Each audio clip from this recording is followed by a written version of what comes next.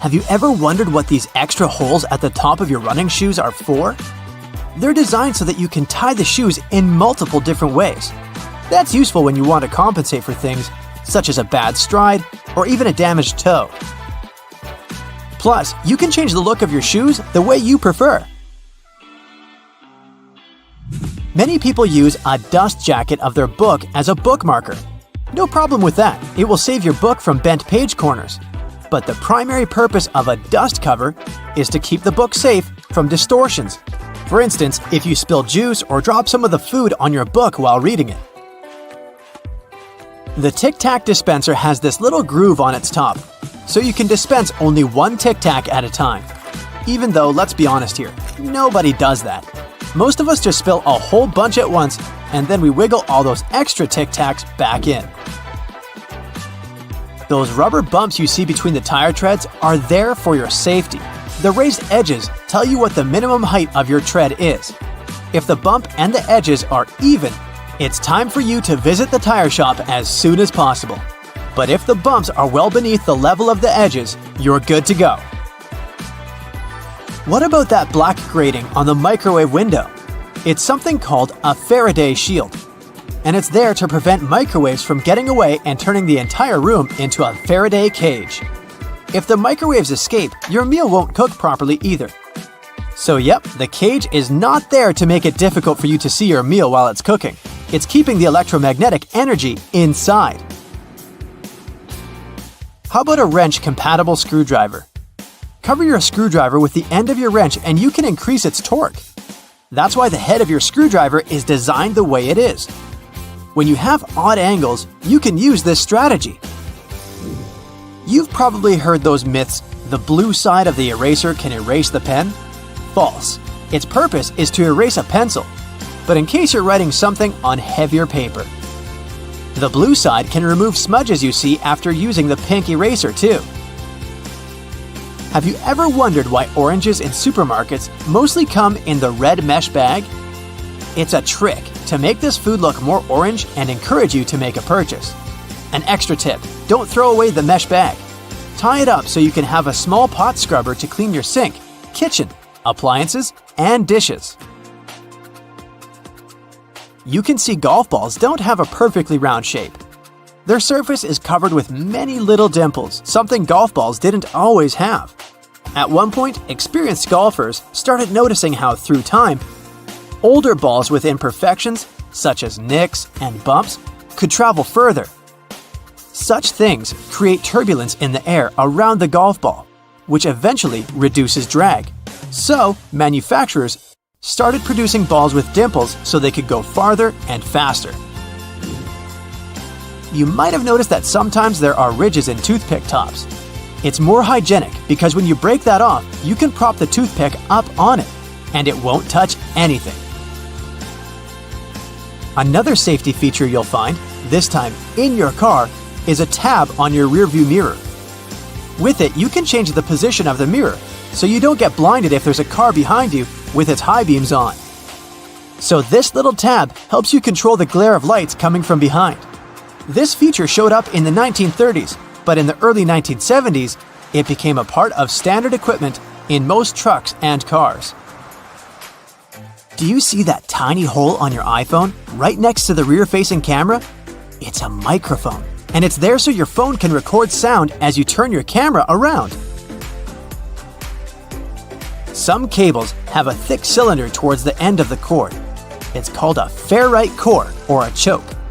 It's a magnetic iron oxide that stops high-frequency electromagnetic interference. For example, you know that annoying static noise you get if you bring your phone too close to a speaker? This interrupts your call, which is why cable cords with big cylinders are pretty useful because they prevent these things. Do you know why nearly all luggage bags and backpacks have two zippers? It's way more convenient and easier to open in that way. But not just that. You can also lock these two zippers together to keep the stuff inside your bags safer. You know how toilets at public spots like malls have those big gaps at the bottom? It's primarily for better circulation of air. This type of door also makes it easier to clean the toilet or check if it's occupied if you're standing in line. Other than that, if you get stuck there and the lock gets broken, you still have a way to escape. You can just crawl out. Ever notice those plastic end caps on utility knives? And they also have scales on them, which indicates you may use them multiple times but with sharp edges. You can separate the blades through these plastic end caps. Then, you can move the slider and bring the sharp blade to the front. If you've ever taken a moment to examine a regular grocery cart, especially their fold-out section, you probably noticed those metal loops jutting out. They're designed to protect the items you carry in your cart. You can use them to hang bags with soft items. You don't want to accidentally squish with heavier products, like bread, or easily breakable things like eggs. Many coffee mugs come with curved notches on their bottom. When you're washing your mugs, put them against the rack at an angle in your dishwasher. This way, the water won't pool in there, so your favorite cup will be completely dry by the time you take it out of the dishwasher. If you're a McFlurry fan, you've probably noticed there's a square hole in the handle of the spoon.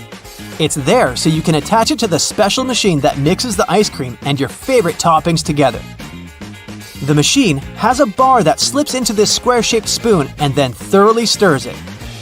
And you get the spoon so they can minimize the mess during the process. Quite neat, wouldn't you say? A regular milk jug has a dent on one side. Some might see it as a random design decision, but a dent has several purposes. One of them is to get bigger if there's a gas buildup. This happens when your milk is spoiled. So you don't even have to try to check this out. Also, the dent is there so the jug doesn't burst if you accidentally drop it. The dent allows the expansion space that deals with the sudden pressure that happens when you drop the jug. Dental floss. Sure, it's important for your dental health, and it's easy to assume what you do with it. But dental floss is great in the kitchen as well, because it's a very precise cake slicer, way better than a regular knife. Most kitchen shears have a serrated opening right there at the center where the blades and handles meet. It's something you can use to trim difficult herbs such as rosemary, thyme, or chives. Because of this opening, you don't need to pick the leaves off by hand, but de-stem them in one motion. The majority of gelatin containers or single-serving yogurts come with a tinfoil lid, and in most cases, you can use this covering as a disposable spoon. Just peel away the covering, and after a couple of simple folds, you'll have a perfect little spoon for your midday snack. You've probably heard that when a burglar decides which house to target, they start by casing it. This means that they watch the owners, find out information about their routine, and determine the best time for entering their home. By the time they're ready to commit the crime, they already know for sure when there won't be anybody inside or when the owners will be distracted. One of the tricks thieves use to gather information about your routine is so simple that you may not even give it a second thought. But the next time you hear a quiet crackle under the sole of your shoe, stop and check what it was. The chances are high that you'll find yourself face to face with a crushed cookie. If that's the case, it's your clue that something has gone terribly wrong. The thing is, this is a rather effective tool criminals use to find out if you've left on a trip or when exactly you come home in the evening. A cookie is such an innocent object that people don't usually give it much thought, if they even notice it at all. You arrive home, step on the cookie, make it crumble, and automatically reveal all your secrets to burglars. They know for sure if the house is lived in and can also figure out the schedule of its owners. Things get even worse if you're away from home. The cookie under the doormat remains whole, thus alerting criminals that the house is perfect for a break-in. So, if you find some treats under your doormat, that's pretty bad news. Someone is interested in your house and watching it. It might be a good idea to notify the police or take some safety measures. Now, the ploy with a cookie is just one of the numerous tricks used by burglars. One more sign that can alert you to the fact that you're being watched is white pebbles left near the house or in the driveway.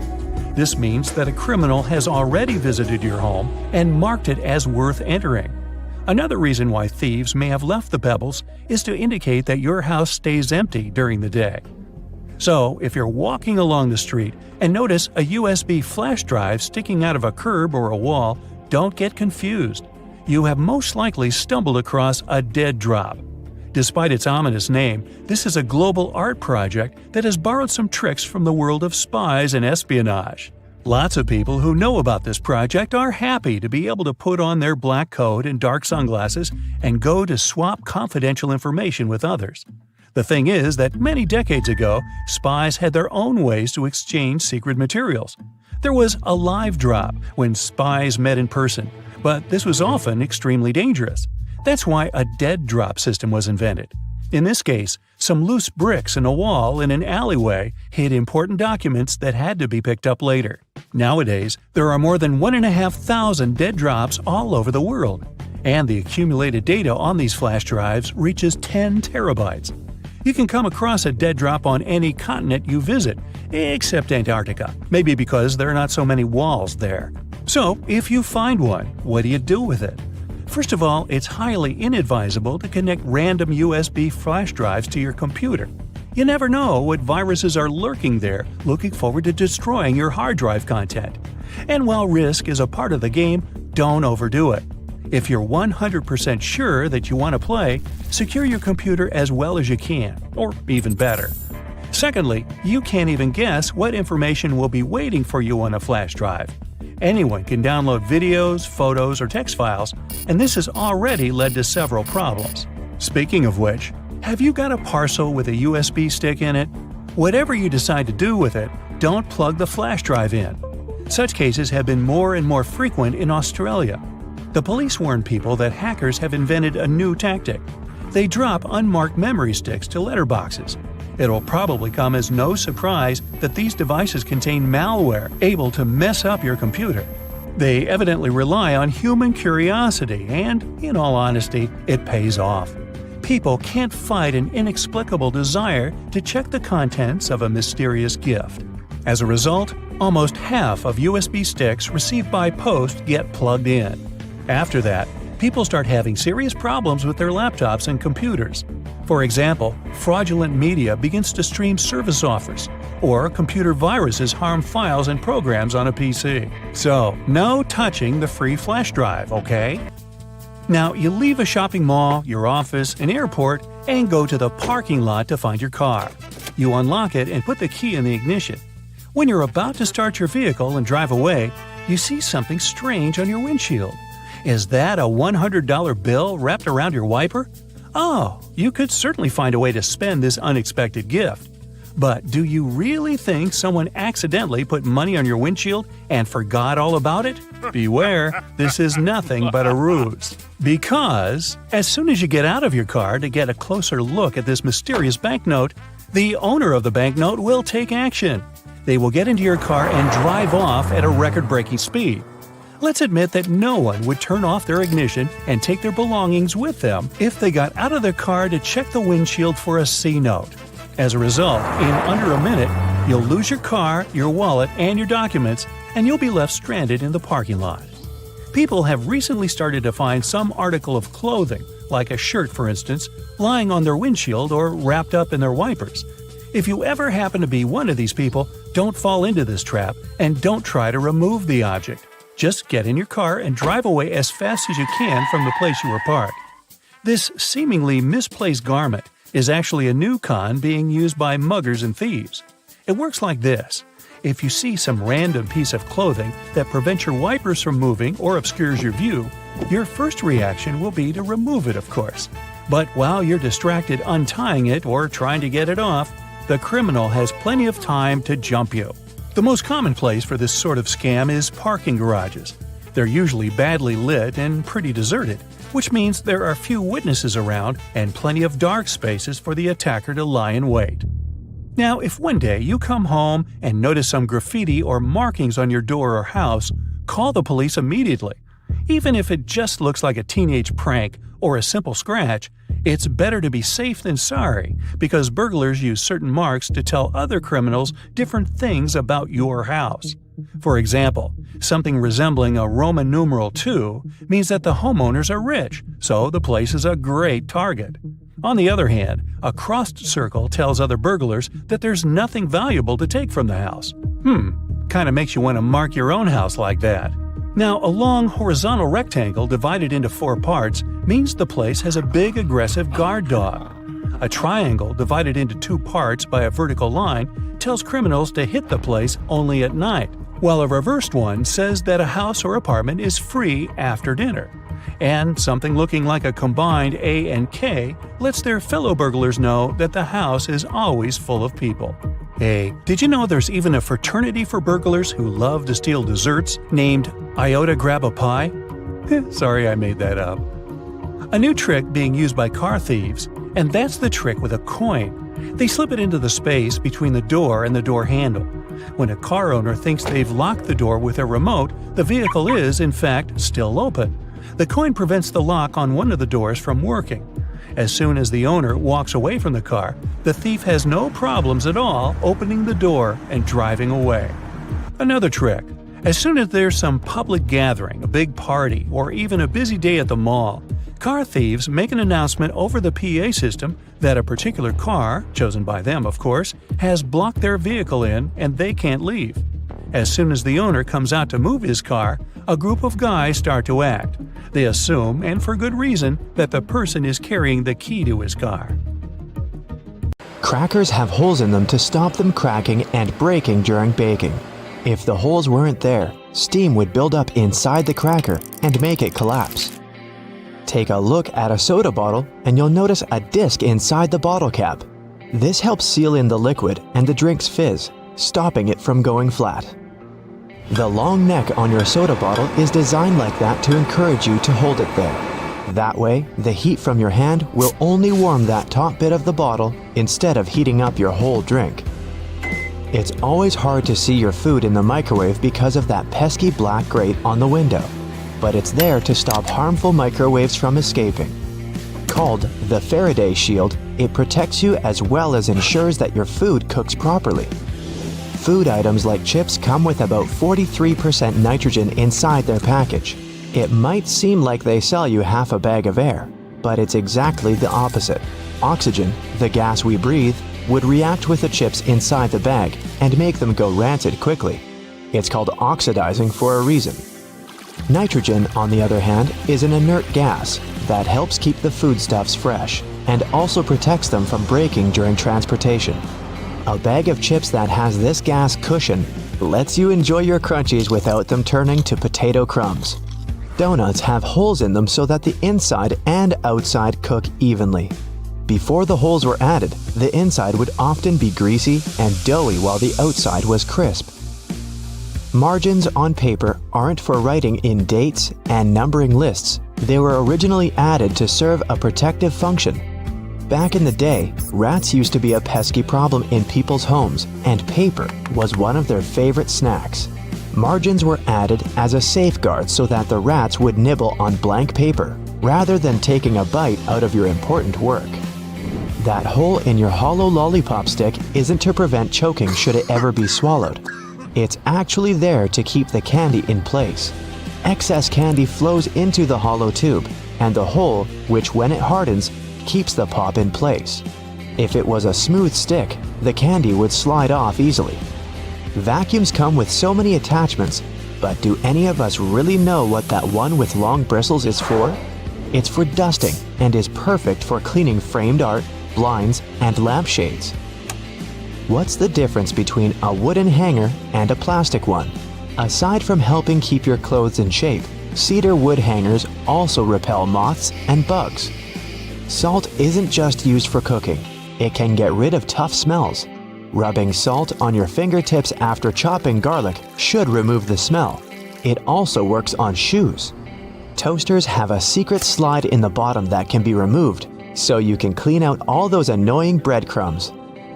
If you ever had problems with popping chocolates from the box, look at those little holes around them. They're there to help you. If you push a hole right next to the candy, it'll jump out easily. When you take a sip from a coffee cup with a lid, it decreases air pressure inside the cup, so air tries to get in. The tiny hole on the lid allows air to enter that way, so liquid can smoothly pour out the main hole. More on beverage lids. The small button on them let restaurant workers, and customers too, understand what's in a cup. Near each button, there's a name. Just look at which one is pushed down. The numbers on the fruit stickers tell you how exactly they were grown. If there are 4 digits and the first is 4 or 3, the fruit has been sprayed with pesticides. If there are 5 digits and the first is 9, the fruit has been grown organically. If there are 5 digits and the first is 8, the fruit has been genetically modified. When you're on your way back to the car after bagging up everything you bought, use loops on a shopping cart to hang the bags. Now, softer items like bread, eggs, fruit, and veggies won't get squashed by the heavier goods. If you don't have anyone to hold the other end of your tape measure when you try to measure something, tap a nail on it. Now, simply hook your tape on it using the tiny hole all tape measures have. The square-shaped spoon that goes with a McFlurry helps to mix the ice cream toppings through the dessert. The spoon hooks directly to a machine and spins around. Padlocks that are used outside quickly get out of order because of rain. See this little hole in the bottom? It's made for pouring engine oil inside. Do this and the key will again turn in the lock without any difficulty. You keep banging the bottom of a glass ketchup jar, but nothing's coming out. Here's a little tip. Turn your ketchup bottle at an angle and tap on the middle of the neck. In many fast food restaurants, customers fill tiny folded paper cups to get a portion of ketchup or mustard. Here's the news. The cups are supposed to unfold and turn into small paper platters to hold a great deal more sauce. That little hole on the handle of a pot or a frying pan isn't just for hanging them on the wall. During cooking, put the end of your utensil in the hole, and it'll be propped over the pot to save your kitchen from extra mess. The blue or any other dark color bristles on your toothbrush are meant to remind you when it's time to get a new one. If you see that bristles have become pale, change the toothbrush or its head. An extra hole at the upper part of the sink has multiple hidden functions. First, in case someone forgets to close the tap, the water won't overflow and the bathroom won't get flooded. Second, thanks to that hole, the water drains faster as it gives an escape for the air, helping the water flow down. Most metallic zippers have a hidden lock inside them to save you from awkward situations, such as an undone fly. Don't leave the zipper handle in an upward position. When you pull it downwards, it automatically locks. It's all thanks to those tiny grooves hidden underneath the handle. Spoiled milk emits gases, like most foods when they go off. A classic plastic milk jug has a concave shape on one side, so when the gases expand inside the jug, it expands too, and the concave shape curves out. Also, if you want to save some milk for later and freeze it, the jug will expand when the milk gets solid as well, occupying more space in a jug. Bath foam isn't only for fun or a nice smell. It also helps regulate the temperature. The bubbles keep the water hot, so you can enjoy a bath a bit longer. Anyway, it works for acrylic bathtubs only. Those made of metal lose heat really fast either way.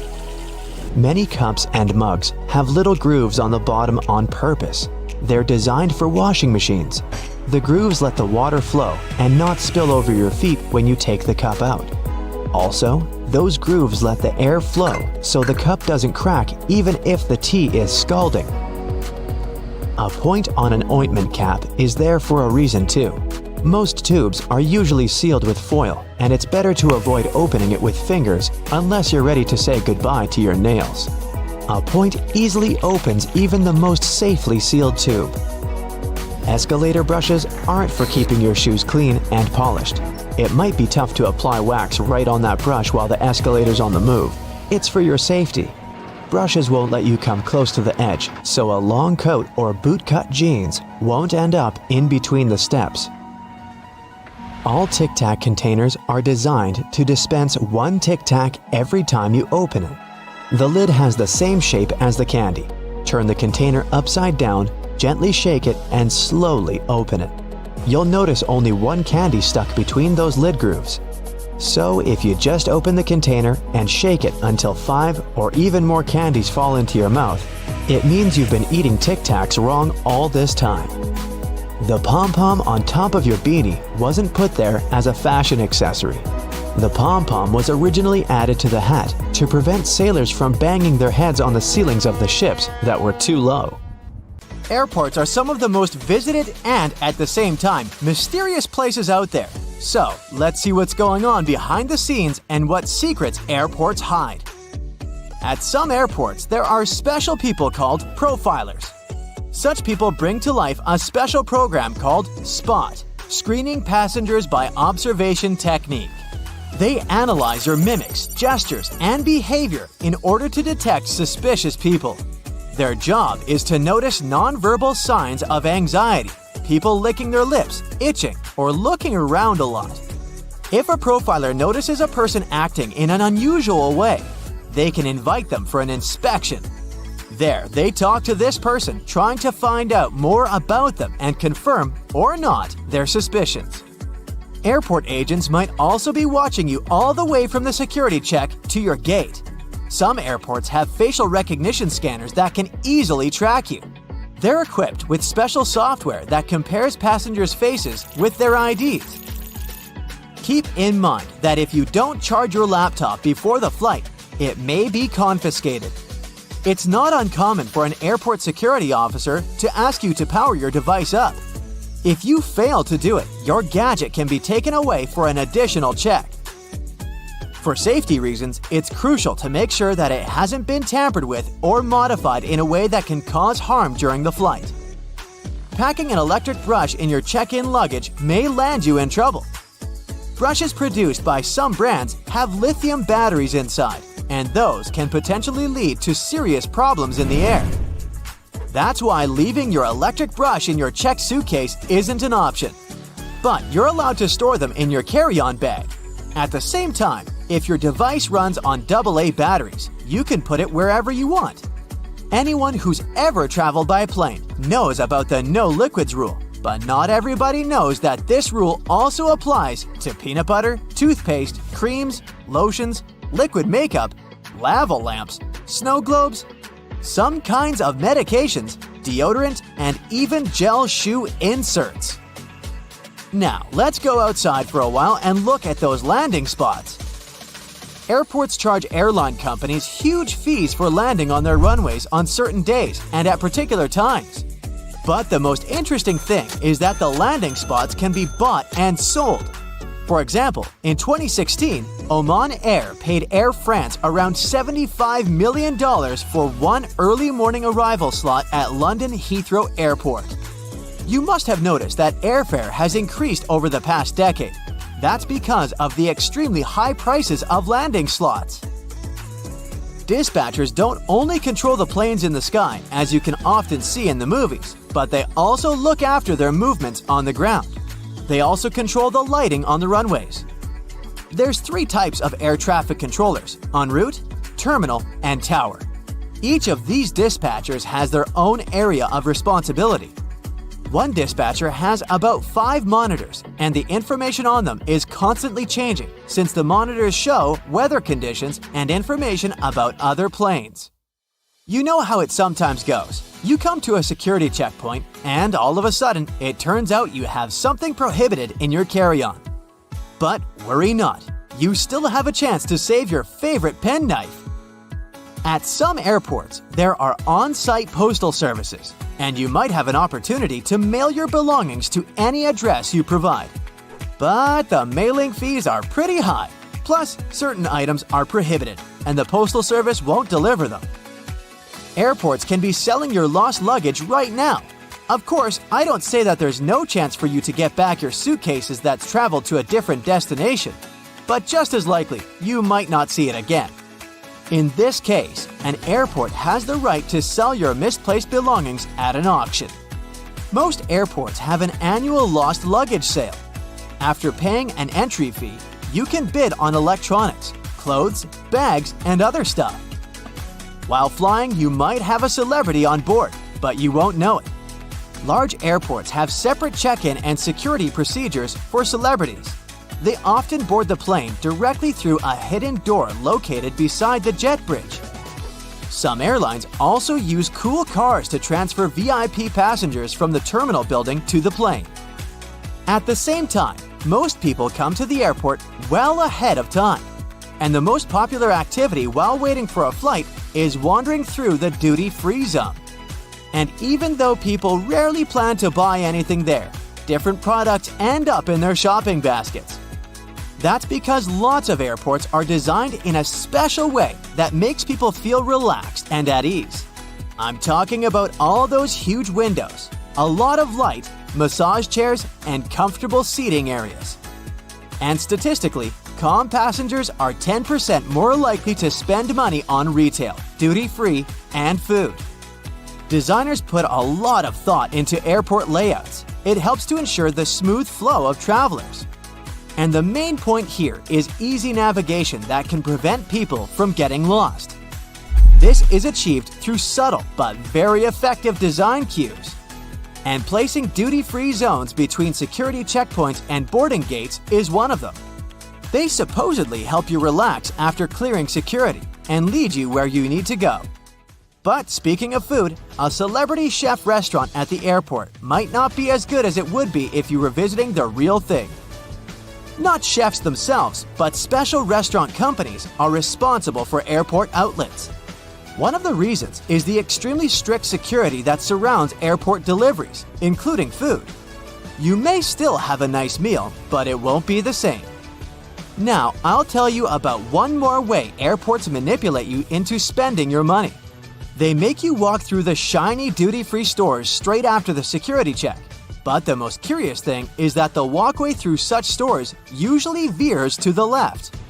That's done because most people are right-handed, which means they use their right arm to pull their luggage and are more likely to look to the right while passing through the stores.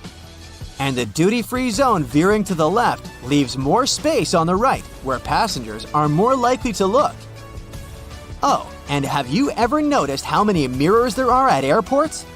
Mirrors are strategically placed there to make airports appear larger and create an illusion of more space. This in turn helps to reduce the feeling of claustrophobia and makes the airport experience more comfortable for travelers. If you have an opportunity, don't exchange cash at the airport. You'll never get a good rate there. Those who didn't buy local currency in advance can instead order it online and collect it at the airport. Some services only need a few hours' notice for such an order. Or it might even be better to use an ATM to withdraw some cash at your final destination.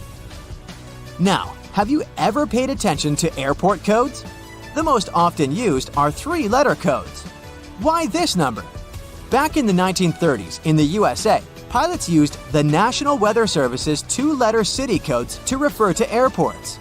But soon, the number of airports in the country outgrew the number of such codes. That's why airlines expanded this system by adding the 3rd letter. It was usually X. That's how LA, Los Angeles, turned into LAX. But even though there shouldn't be 2 airports with the same code, some of these codes sound so similar you can easily mistake one for the other. For example, look at this airport with the code CGP in Bangladesh. And here we have CPG. It's the code of an airport in Argentina. It's dangerously easy to fly to the wrong place, so pay attention. Many airports have carpets at their gate areas. This nicety usually comes with a few other perks: lower ceilings, comfortable seats, and pleasant natural lighting. All this costs more for airports, and carpets are not so easy to clean as hard floors are. But they create a cozy feeling for passengers waiting for their flight, making them more relaxed. Still, it isn't a gesture of goodwill on the part of airports. According to social research, calm passengers are about 7 to 10% more likely to go window shopping and actually buy something in the lounge area or duty-free zone. So, by investing in the passenger's comfort, airports actually increase their own income. If you ever wanted to know what happened to your baggage while you're on board a plane, the short answer is that airport staff don't actually know once it leaves their territory, and they probably really don't care. Sorry. Baggage is sorted automatically, Scanners scan the barcode and sort the baggage according to its destination. The three main tasks of airport baggage handlers are to move your bags from the check-in area to the gate, to move them from one gate to another when you have a connection, and to move your bags from the plane to the baggage claim area. And that's it. So if your luggage doesn't move fast enough, it can be late for your connecting flight, or the exact opposite. Your bag gets to your destination before you do because you're stuck at passport control. Another problem can arise if you forget to tear off any old stickers showing a different destination. In this case, the scanner might send your luggage to the wrong country. Most airports are equipped with giant kitchens where the food for passengers is prepared. These kitchens usually cook food for different airlines at once. And since that oh-so-delightful airplane food must be cooked for about 6 to 10 hours in advance, these kitchens have to work 24/7. And however surprising it might sound, the menu for your flight is developed up to a year in advance. This is a common practice for most airlines because every single ingredient matters and adds to expenses. In fact, one airline managed to save $40,000 after they removed just one olive from every salad they served on their flights. Airport staff sometimes ask passengers to rub their hands on a piece of cloth before putting it into a special machine. It might seem kind of scary, but it's actually harmless. You're simply being checked by a machine called an atomizer. Before their working day starts, employees put samples of dangerous chemicals into the machine. The machine memorizes these smells, and in case a person's hand smells like those chemicals, it alerts airport staff to this danger. You know how it sometimes goes. You come to the security checkpoint, and suddenly, it turns out you have something prohibited to take on board in your carry-on. But don't worry, all the things seized during the pre-flight inspection can be stored at the airport for as long as 3 months. On top of that, you have an opportunity to mail them any address inside the country. Things taken away by security and weren't claimed can also get sold at special auctions and are delivered worldwide. If you have a long layover between flights, going to the nearest hotel to rest might not be the cheapest option. There's a much better trick. Check if the airport or airline sells 24-hour access to the VIP lounge zone. In most cases, you can have free snacks and drinks there and use free shower cabins and rooms for rest at a very affordable price. In multi-terminal airports, search for underground passageways connecting terminals that most people might not know about. For example, at Frankfurt Airport in Germany, there's a walking tunnel between Terminal 1 and Terminal 2 that's mostly used by employees since passengers are simply unaware of its existence. There's an actual term for the first 60 minutes after you clear check-in. The golden hour. It's the time that passengers statistically spend more money in retail and duty-free areas of the airport. And having the most comfortable seats in those areas right in front of the shops is a clever trick to lure you in for shopping. Let's admit, sitting in front of a comfy chair while looking at a flashy sign or shopping window can be tempting, and that's exactly what the airports want you to feel. If your flight is overbooked and you can't fly at the designated time, don't hurry to accept the first voucher you're offered as an apology. Normally, airlines keep raising the stakes until they have enough volunteers to give up their flight seats. And if they don't and you've been bumped in voluntarily, you can insist on a cash refund instead. Depending on your ticket price and the time of your delay, you might be entitled to as much as $1,300. Most airports have specific experts called profilers. These people practice what's called SPOT, or the screening passengers by observation technique. They carefully analyze facial expressions, gestures, and behavior in order to detect suspicious people. Their job is to notice the nonverbal signs of anxiety, such as people licking their lips, itching, or looking around a lot. If a profiler notices a person acting in a weird or off way, they can invite them for an inspection, where they can talk to a person to find out more about them. Profilers work in both the main halls and in passport control. The typical question they ask is, "What's the purpose of your visit?" Then they check the person's reaction to this inquiry. No matter how reserved a passenger is, if they have something to hide, TSA officers will find out, thanks to the tiniest cues in people's behavior. Before your luggage even gets on the plane, it goes through 5 security levels, and one of them, besides scanning the contents, includes being checked by a special dog that can sniff out dangerous chemicals. It's a well-known fact that a dog's nose is much stronger than that of any human. In fact, dogs distinguish smells from 10,000 to 100,000 times better than people do. No wonder airports take advantage of this super sense for security and regularly use these sniffer dogs to detect suspicious substances. What's really cool is that you can't even distinguish a detection dog from its civilian siblings. Unlike police dogs, the ones working at airports aren't trained to frighten or intimidate people. The most popular sniffer breeds are Golden Retrievers, Labs, and German short-haired pointers. Charging your phone at a specifically designated spot can look convenient, but it's not really safe.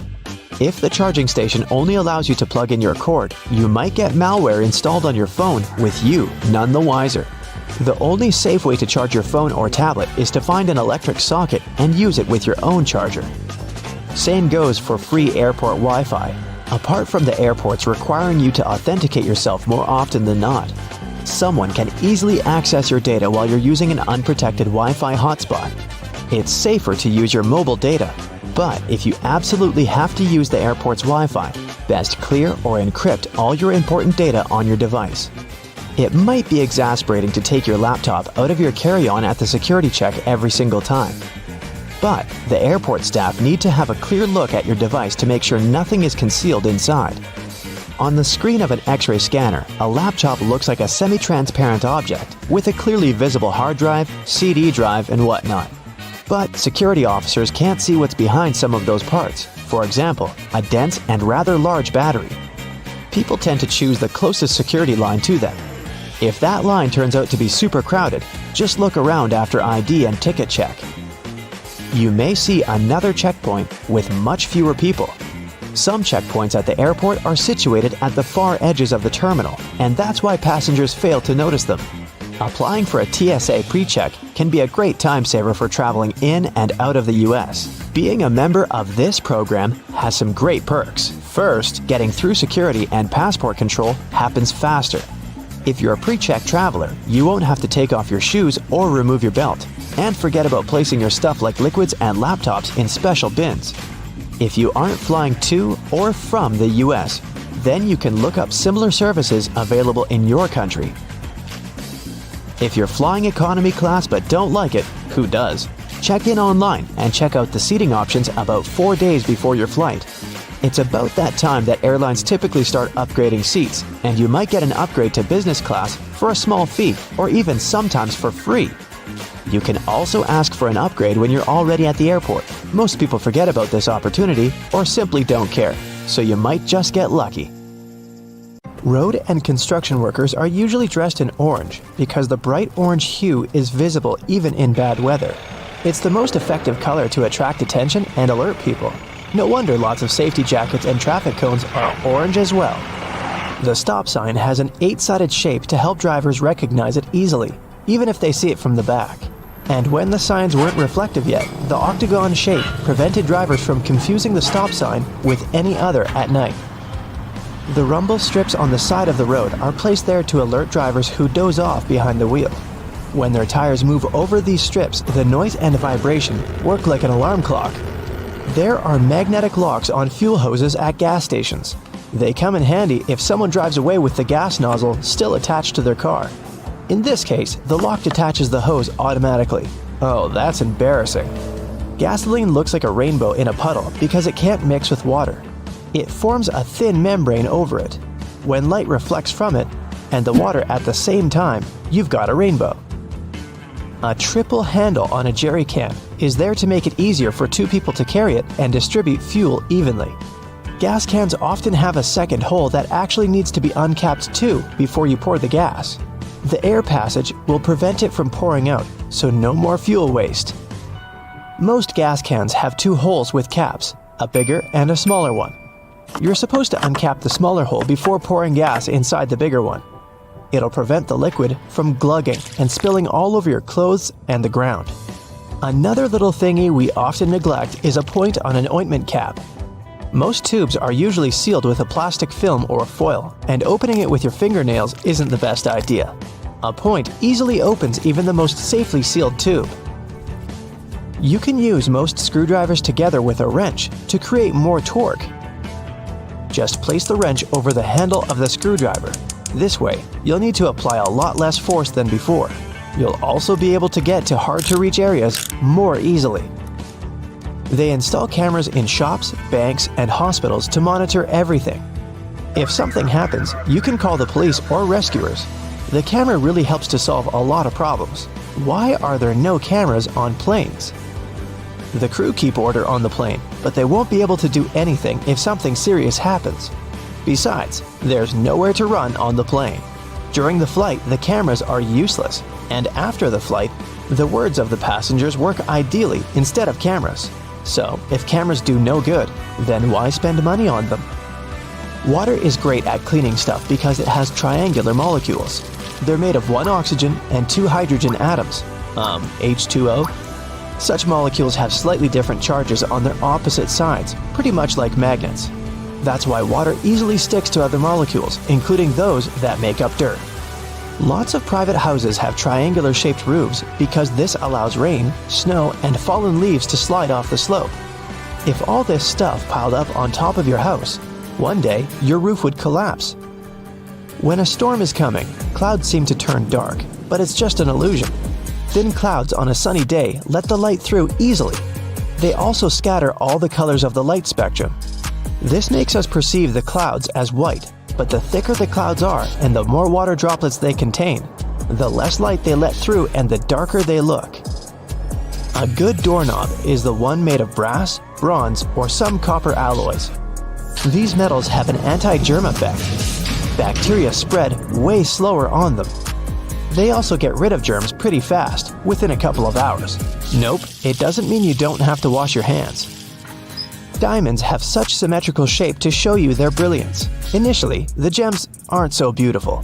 They go through several stages of cutting, and then become pieces of elegance. Most of these stones have a round shape with slightly pointed corners. Diamonds shine the brightest in this shape. Why are there two holes in the socket? The left hole is neutral, the right hole is not. And the gap underneath is ground. Electricity needs to flow through the chain. The current flows from the hot slot, passes through your phone charger, for example, and then goes through the neutral hole. Ever wondered what that small pocket on your jeans is for? People used to wear watches on chains.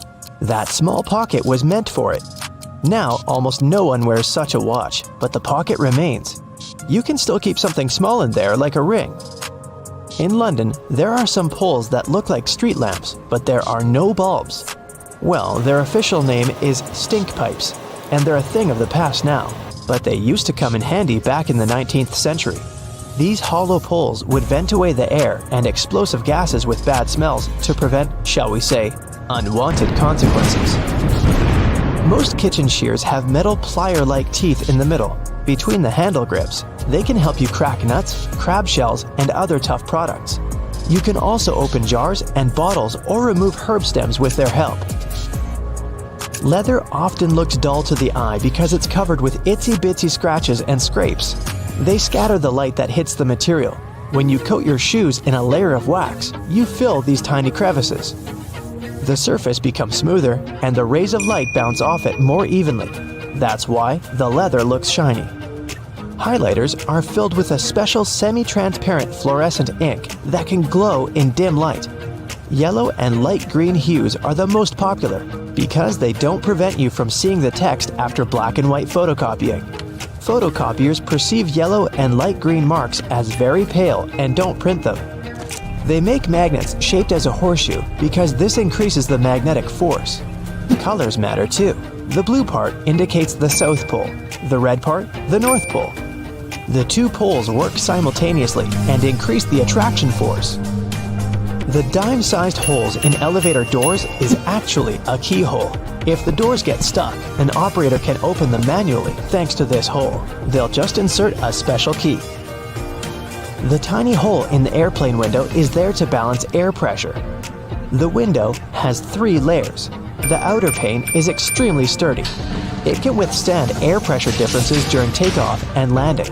The inner pane, which is the closest to you, is made of cheaper materials. It prevents potential damage to the window. The hole itself is in the middle pane. It not only balances the pressure, but also prevents the window from fogging. Escalator brushes are there for your safety. They don't allow you to come too close to the edge of the escalator. This way, your clothes won't end up between the steps. You see the sun as yellow or orange, because the atmosphere of our planet scatters such colors as blue, green, and violet. This is also why the sun looks warmer at sunrise and sunset. Go shopping for some oranges and I'm sure you'll get them in a red mesh bag. You'll rarely see them lying around without one of those. It's pure marketing, and that color isn't a random choice. When packed in a red mesh bag, oranges appear more orange, fresher, and more appealing to you. So, you're more likely to buy them, right? Lemons are usually sold in green mesh bags for a similar reason. If you pack them in red, they'll appear more orange. Green goes better with yellow and makes those lemons stand out.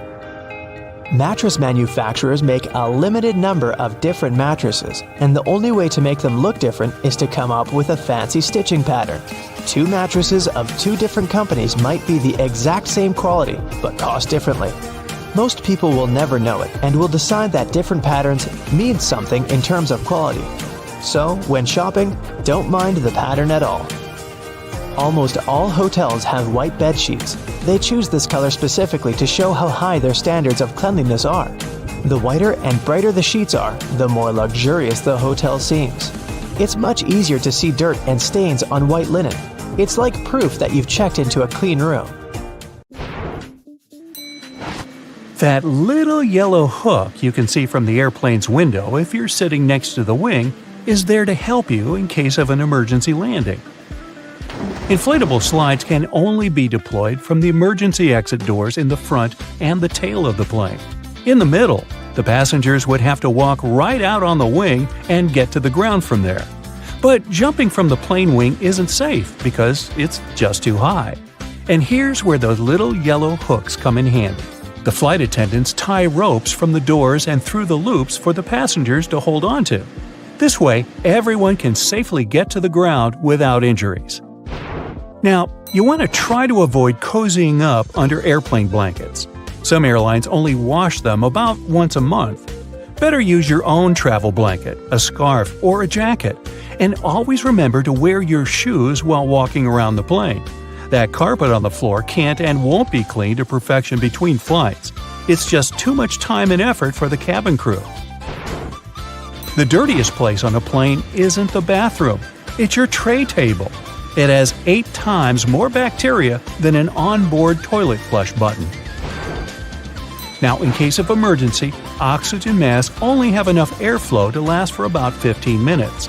Luckily, it's just the amount of time a plane needs to find a suitable landing place or to at least descend to the altitude where people won't need oxygen masks anymore. You may wonder why you're asked to lift your seat back and close your tray table before takeoff and landing, but it's for your own safety. A reclined seat is comfy for you, but it makes it harder for the passenger behind you to get out of their seat, which is crucial in case of an emergency. The lower tray table is the same way, only this time it's you who won't be able to stand up fast enough if anything happens. Besides, the tray table prevents you from assuming the secure position in the event of an emergency landing. This position requires you to bend over in your seat, put your head between your knees, and cover the back of your head with your hands. Imagine doing that while your tray table is open. If you look around the cabin, you'll notice little black or red triangles around the midsection of the plane.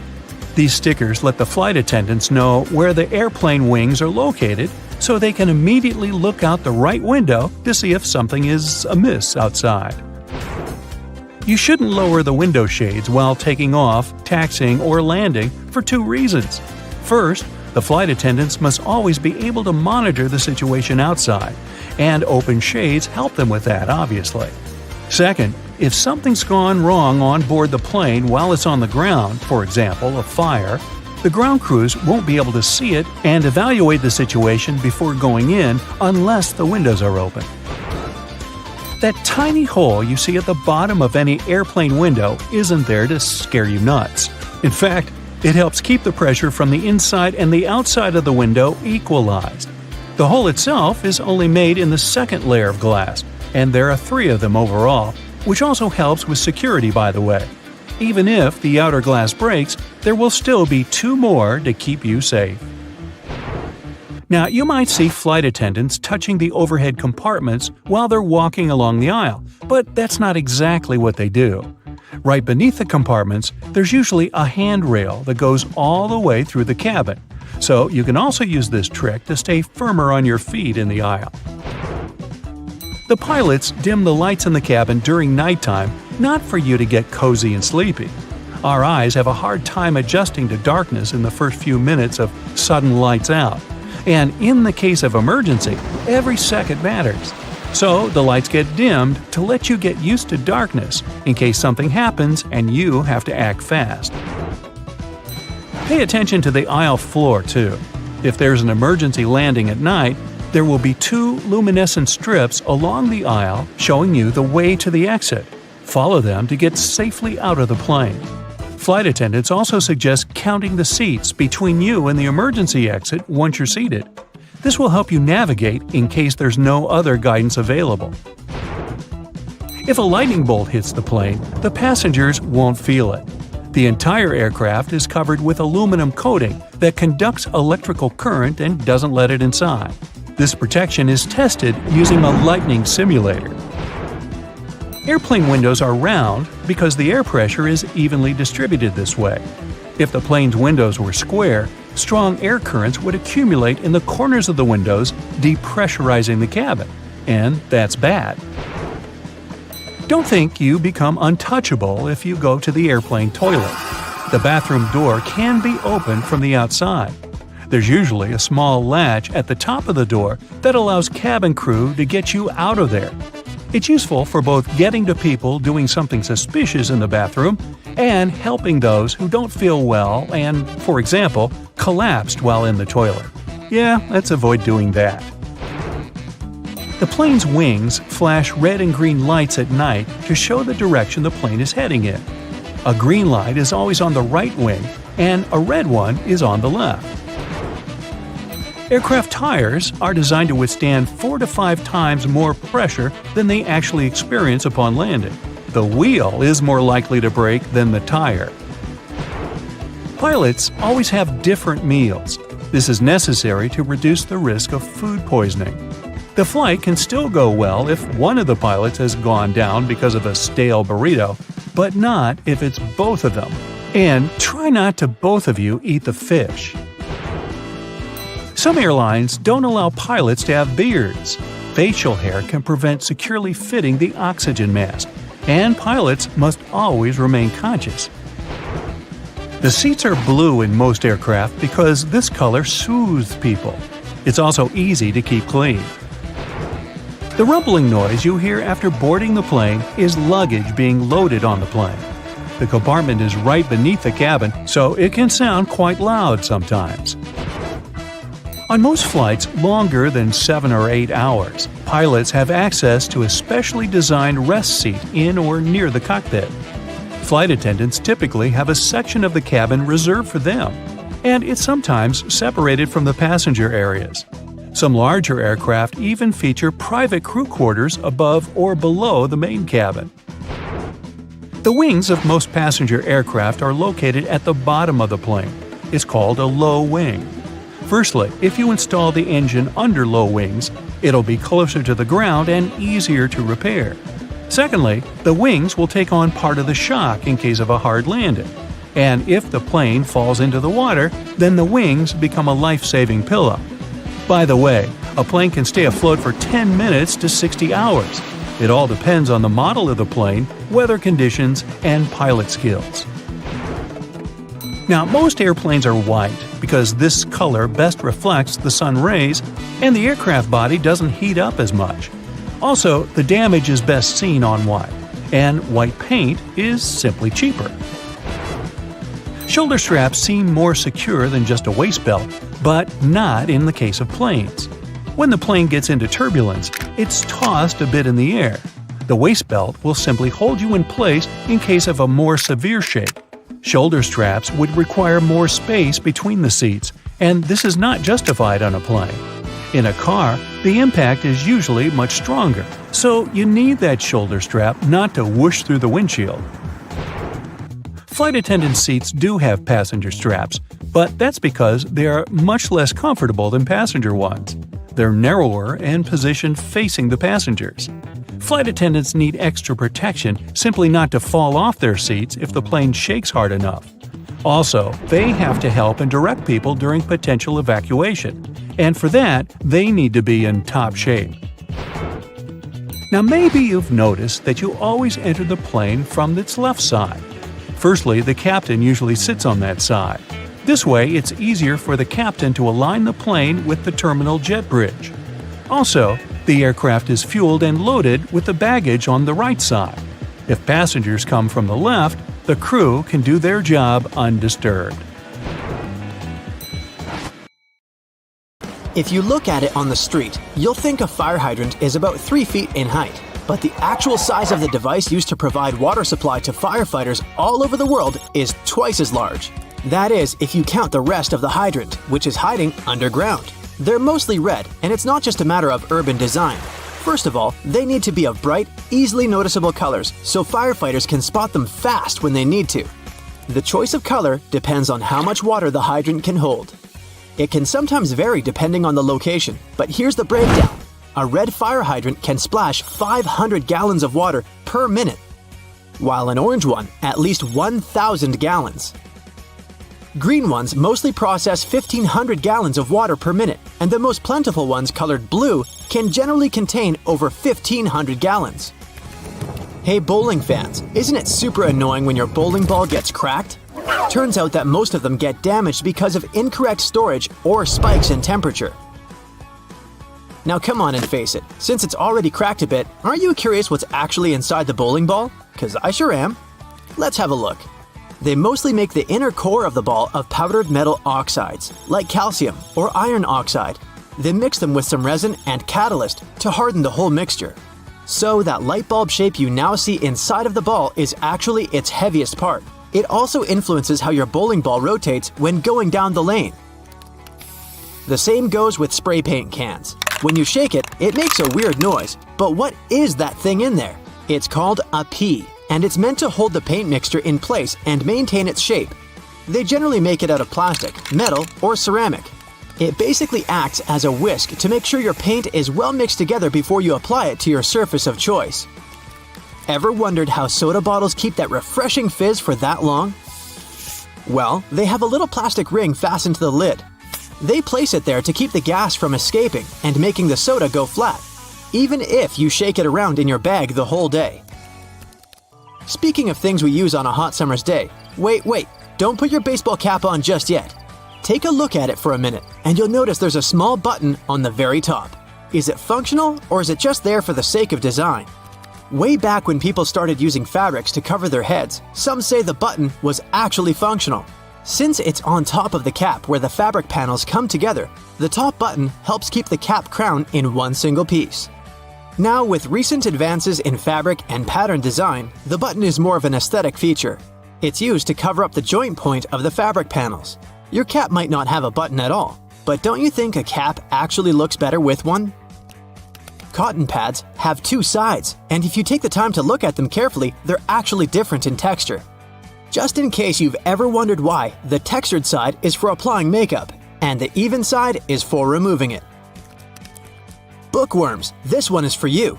Dust jackets that come with a lot of hardcover books are not just meant to make your book look pretty, they also double as a bookmark.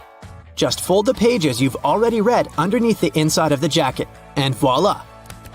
Next time you reach out for your favorite shirt, take a look at the top buttonhole. It should be stitched horizontally, and all the other ones are vertical. Turns out that the dress shirt was designed this way since the first and the last buttons were the first ones to unbutton throughout the day. They then changed the direction of the buttonhole to ensure the shirt would stay nice and fitted before you're ready to take it off. These days we have so many variations of this awesome dessert that it's hard to imagine we've ever lived without it. You can find different types of cookie dough ice cream or even chocolate chip cookie cake basically everywhere, but the famous cookie wasn't actually invented until 1930. The story goes that a woman named Ruth Graves Wakefield was preparing some chocolate cookies as she was waiting for some guests to arrive. She soon figured out she was out of baker's chocolate, a crucial ingredient for the classic cookies. To fix things up, she chopped up a block of semi-sweet chocolate, thinking it would eventually spread out evenly throughout the batter, given the heat of the oven. Things didn't necessarily go as planned. But hey, it's great they didn't, because this is how she invented this modern dessert we now can't get enough of. And speaking of popular snacks, the potato chip is even younger than the chocolate chip cookie. Well, at least historically. There are many stories trying to explain how it was invented. One of them goes like this. A chef named George Crumb, based in New York, put the chips together in 1953. He decided to try a different cooking solution when one of his customers didn't have nice things to say about his French fries. He said they were too thick and kind of mushy. Then, Crumb came up with potatoes that were thinly sliced and fried until brown. People absolutely loved the dish, and they welcomed the first ever batch of chips with open arms. Ice cream, anyone? If the story is true, back in 1904 at the St. Louis World's Fair, one ice cream shop owner ran out of cups to serve his dish. So, he fashioned a waffle into the shape of a cone, and the rest was history. Okay, I'll admit it, chewing gum-like treats have been around since the ancient Greeks. So this one isn't particularly a revolutionary discovery, but the actual gum we buy today wasn't there until the late 1800s. An American inventor named Thomas Adams wanted to mix together different chemicals to create rubber. He tried and failed, for that matter, to play with chicle for his experiment, but ended up fashioning this neat treat. They still use chicle to this day to produce most chewing gums. Back in the 1800s, there lived a man named Jean-Baptiste Joly, who worked in the fabric industry as a textile maker. How he came up with this next invention that we use a lot these days has less to do with him and more to do with his maid. The story goes that the woman accidentally knocked a kerosene lamp over onto a tablecloth. Instead of getting upset over the damaged fabric, Joly noticed that the substance actually made the material cleaner. Figured it out yet? Yep, that's how the idea for the very first dry cleaner popped up. A very neat accident, if I do say so myself. Now this one I loved. Did you know matchsticks were initially called friction lights? Or at least that's how their inventor, a chemist named John Walker, called them back in 1826. He scraped a stick coated in chemicals across his hearth, totally by accident one day, and realized that they ignited and created a spark. Initially made out of cardboard, they were then made using wooden splints and sandpaper. Back in the 1940s, a man named Harry Coover stumbled upon a chemical formulation that seemed to stick to everything it touched. The scientific community at the time didn't look much into it, as the formula didn't seem to have many applications back then. It wasn't until 1951 that he looked a bit more into the formula and decided to repurpose it, along with a fellow Eastman Kodak researcher named Fred Joyner. They gave it a proper full name. But you must know it by the shorter version: super glue. It also has many uses in security these days that it's hard to believe that we didn't come up with this one on purpose. Back in 1903, a scientist named Edward Benedictus knocked over a flask by accident. He looked down and was amazed to see that the glassware had just slightly cracked but maintained its shape. He was expecting it to break into a million tiny pieces. Curious about this hidden feature, he looked into it and figured out what was keeping the glass together was a substance coating the inside of the glass. Ta-da! That's how humanity came up with safety glass. Hey, have you ever been vibing out in your room, listening to some of your favorite songs, admiring the subwoofer of your speaker as it delivers magnificence to your eardrums? We all have. But have you ever asked yourself why that same speaker, along with other speakers across the globe, is almost always black? Some of you are probably screaming at your screen right now about your speaker being green, red, or any other color found in the rainbow. Number 1, I said almost always. And number 2, if you look closely at the gorgeous design of your brightly colored music player, you'll often find that the speaker beneath it is still colored black. One possible explanation for this is that the original technology of speakers had a diaphragm with black particles on it. So as soon as a sound is amplified, it sends a charge through the diaphragm, and these black particles are driven upwards. The carbon particles bouncing and touching the upper membrane of the diaphragm are responsible for creating some of the distinct sounds from our speakers that we all love so much. Speaker manufacturers must have gotten tired of their products changing color with prolonged use, combined with these black particles settling on the upper membrane of the diaphragm. So, their logical solution was to color most speakers black. Another more practical belief as to why speakers are mostly colored black is that it's a hue that easily matches up with many types of decor. Walls, furniture, and clothes all often look quite well when combined with this color, which is why it's so prevalent everywhere you go. Listening to music has repeatedly scored in the top 10 pastimes in the US based on research. Nowadays, you find sound speakers everywhere. In your television, laptop, and your phone. You can't escape them. But let's take a look at how they started off. Their origins are in radio and telephone technology. The first form of a speaker was developed by Johann Philipp Reis in 1861. The German was a self-taught inventor and installed the speaker on his telephone. It was just about able to reproduce clear tones, but it could also replicate muffled speech after a few revisions. Alexander Graham Bell, the inventor of the telephone, decided to try and produce an improved version of Reis's speaker. Essentially, Bell and other inventors wanted to make an electrodynamic speaker. By 1877, it was still yet to exist, but due to the desire of inventors worldwide to change this, research confirmed that it was extremely possible to make one. In particular, the work of Werner von Siemens, who came up with the idea of an electromagnetic coil-driven speaker, was a driving force in arriving at this conclusion. Why are there magnets in speakers, you might ask? Every speaker nowadays has an electric current, something the inventors were discussing would never have taken for granted at any point in their lives. When this electric current is changing, it produces a magnetic field. To make the panel of the speaker move, magnets are used to create an opposing magnetic field which creates vibrations. These vibrations are the sound we end up hearing. The bigger the magnet, the louder the speaker will be. Another inventor by the name of Thomas Edison from the US had filed a British patent for a system using compressed air for an amplifying mechanism. The first commercial electric loudspeaker saw the light of day only in 1924. The sound quality produced by this speaker was good enough for motion pictures. It took nearly 20 years for the next groundbreaking development in the world of loudspeakers. This came with the arrival of the duplex driver in 1943. It offered better clarity and coherence at high volumes, which was important in movie theaters. Fittingly, it was nicknamed the voice of the theater. The duplex driver was immediately tested by the Academy of Motion Picture Arts and Sciences and instantly made its film house industry standard in 1955. Until now, this loudspeaker design is still used.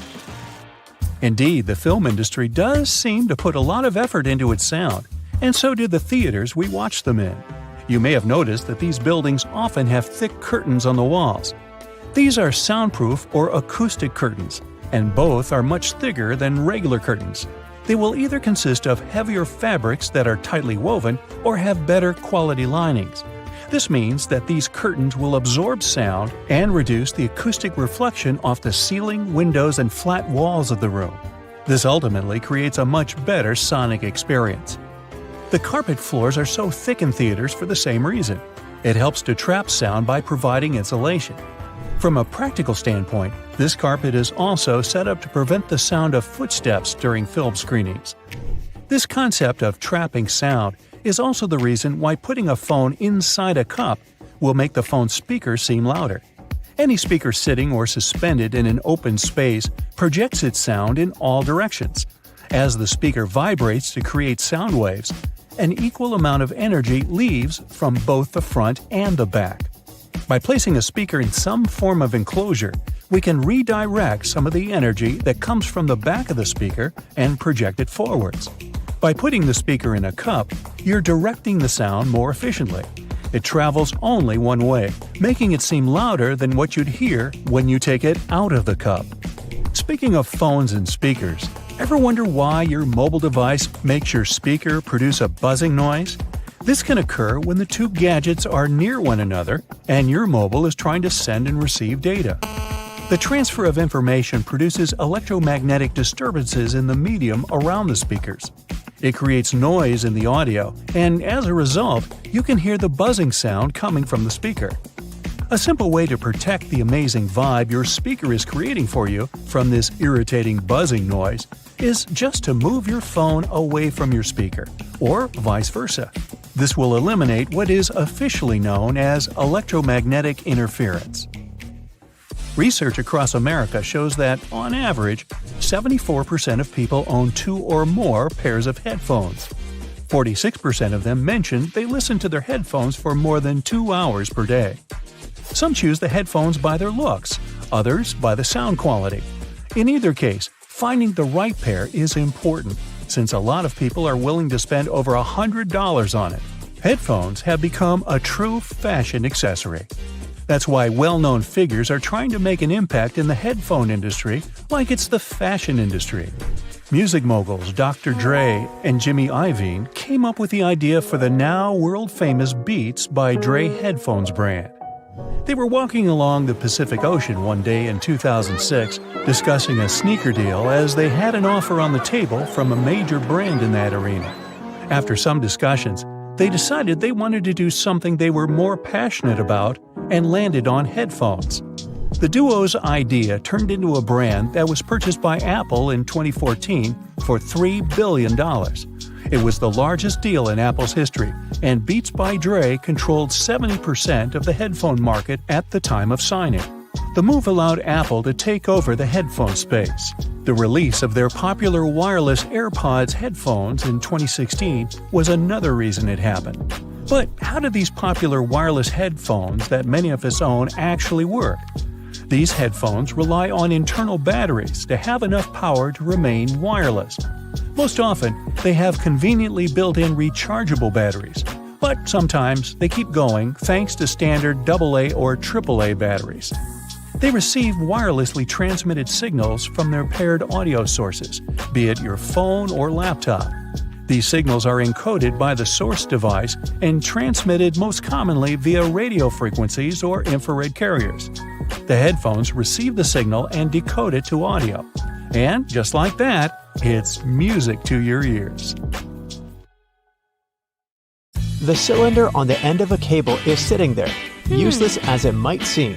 In fact, this is a ferrite bead that assists with many electrical wires to reduce electromagnetic interference. Electrical wires act like unintentional antennas, broadcasting the EMI.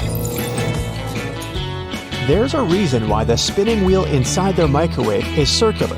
A circular object will evenly distribute the heat as opposed to a rectangular and square one. When you place containers of these shapes inside, the energy is focused on the corners, rather than spread evenly like in a round container. The temperature gauge on a toaster is commonly used to determine how crisp you like your toast, but the other, more specific use for the gauge was for the different types of bread.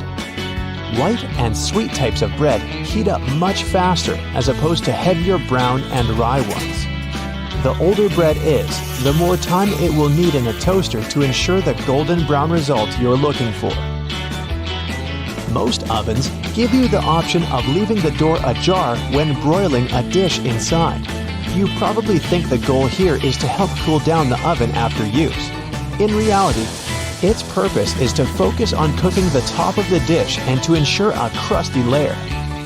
Controlling the buildup of heat and steam by releasing it through the slightly ajar door gives you the desired result without cooking the entire dish to a crispy end. You probably have noticed that your dishwasher has specific areas for different types of cutleries and dishware. But all the dishware pieces should be facing towards the center and not all in one direction. What types of foods were on the plates will also determine where they should be located in the racks. As the middle of the machine gets the strongest spray, carb-based stains from tomatoes and potatoes should be placed there. The detergent is more focused on the outside during the clean, creating a waterfall-like cleanse. That's why protein-based stains, like from eggs for example, should be stacked there. Ceiling fans push cool air down on a hot day, circulating the room. But they can serve you during the winter just as effectively if you flick that switch on the side or use the pulley. So if you want to save some money on heating and try to quickly warm up your room on a cold day, turn the fan on. It will push the air up and spread the warm air around, more effectively warming the room up. Do you still use sticky notes instead of those fancy new apps on all possible gadgets? Welcome to the club. Regardless of what you use them for, they can annoyingly curl up. If you've had this issue, it's because you've peeled them from the bottom upwards. Doing it this way causes the curling. Peeling them from the side will ensure they remain flat, ready to remind you of your daily tasks. Did you know that can openers weren't invented until 50 years after preservation cans had been readily available? So how would it be possible to open a can? There are a couple of alternative methods just in case you've misplaced your trusty opener. All you need is a metal spoon. Set the can down on the counter. Hold onto it firmly and grasp the head of the spoon tightly. Apply pressure and vigorously rub the edge of the can's top over a small area. It takes time, but as you continuously rub, a small indentation soon opens a hole. Once the hole is wide enough for the spoon's tip, pry the lid upwards and keep going along the edges until you can finally access the hard-earned meal within. Most toilets rely on water pressure and gravity to function, so a power outage will not affect them. But if yours does need electricity to function, you must be worried about using it when the power is out. The good news is the power is only used to fill the toilet and not to flush it.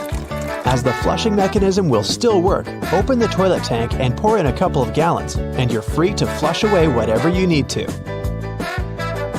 Blockages in shower drains occur over a long period of time. It's inevitable. We lose 50 to 100 hairs a day, and many of them will endeavor to reside within our shower drains. Hair only forms the foundations of the blockage, and this attracts the buildup of various other things. A great life hack is to use your vacuum cleaner and put the nozzle in the hole once removing the plug. Apply a wet cloth around the nozzle, ensuring air cannot escape. The vacuum will suck up the blockages a lot easier. This will help avoid any extra costs from plumbers, as they themselves use this technique. To make your candles last longer, trim their wicks multiple times and keep them as far away from water and moist as possible. It will guarantee that your candle's wax stays firm and steady and continues to burn slower for a longer period of time. The empty space between the panes of the oven door is there for a reason. You can stick a brush in there to clean the oven door glass. It's easy to access this space through the bottom of the door, open the lower shelf, then push the brush through the hole. While you're parking in a garage, you might find it difficult to determine how close to it you need to be. Not all cars have sensors ensuring you keep the right distance before the bumper makes an indentation on the wall. Applying a rope with a tennis ball from the ceiling at the right distance will help you learn the best distance to park from the wall. We've all been told to loosen a lock with WD-40 or lubricant. Yes, we all know we should have these around the house. But in case you don't, a great alternative is drawing with a gray lead pencil along the edges of the key and then putting it into the lock. Continue doing this until the keyhole has been adequately lubricated and the key functions smoothly. Pliers are prone to damage when you use them to adjust faucets and shower heads and are also difficult to grip. Take a couple of pieces from the end of an old garden hose and attach them to the jaws of the pliers. You'll find a huge improvement with grip and will avoid wear and tear. You can find a good use for discarded rubber for different things around the house. When fed up with tightening or loosening with a screwdriver, try using a simple rubber band. Place part of it into the screw grip and the screwdriver will have far greater traction. Moving cement blocks isn't safe for your lower back. Even with a wheelbarrow, it can be a risky process to place the cement onto the ground without causing damage. 3 simple cylinder pipes can make a world of difference, regardless of the size of the block. Try lifting the edge onto the first pipe with a pry bar, then pushing and maneuvering as you gradually direct the 3 pipes towards the desired location. Just make sure you're not doing this on a slope. That first strike on a nail can be a great success or will result in a throbbing thumb. A bobby pin is perfectly shaped to hold a nail in place, allowing for your hand to be clear out of harm's way and for you to strike the nail without fear. Use a crayon instead of a pen or pencil while working with a wet saw to ensure the markings are not removed. They will also be easier to see under the murky water. Checking the drains on the roof and determining when they need to be cleaned can take a lot of time. Using duct tape, attach a mirror on the end of a long broom and review whether the drains need to be cleaned. To further assist with your balance as you check on the gutters, attach a pair of old trainers to the end of the ladder. The spread of the shoe and its grip will ensure a further level of safety. Liquid caulk normally comes in huge tubes, so you can never use it all at once. The hardened tips of liquid caulk create blockages. Grab a used cork and drill through it to make a perfect lid, concealing the liquid caulk.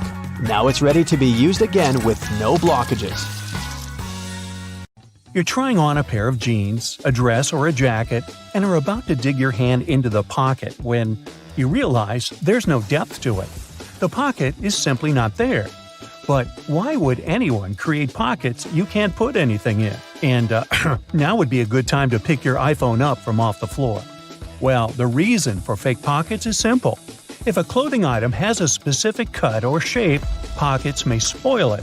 They can alter the item's shape, either in the warehouse or already on the retail rack. The solution? Getting rid of pockets in key areas. Plus, fake pockets are obviously cheaper, and they don't get stretched out.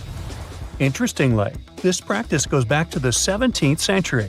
That's when pockets were actually removable.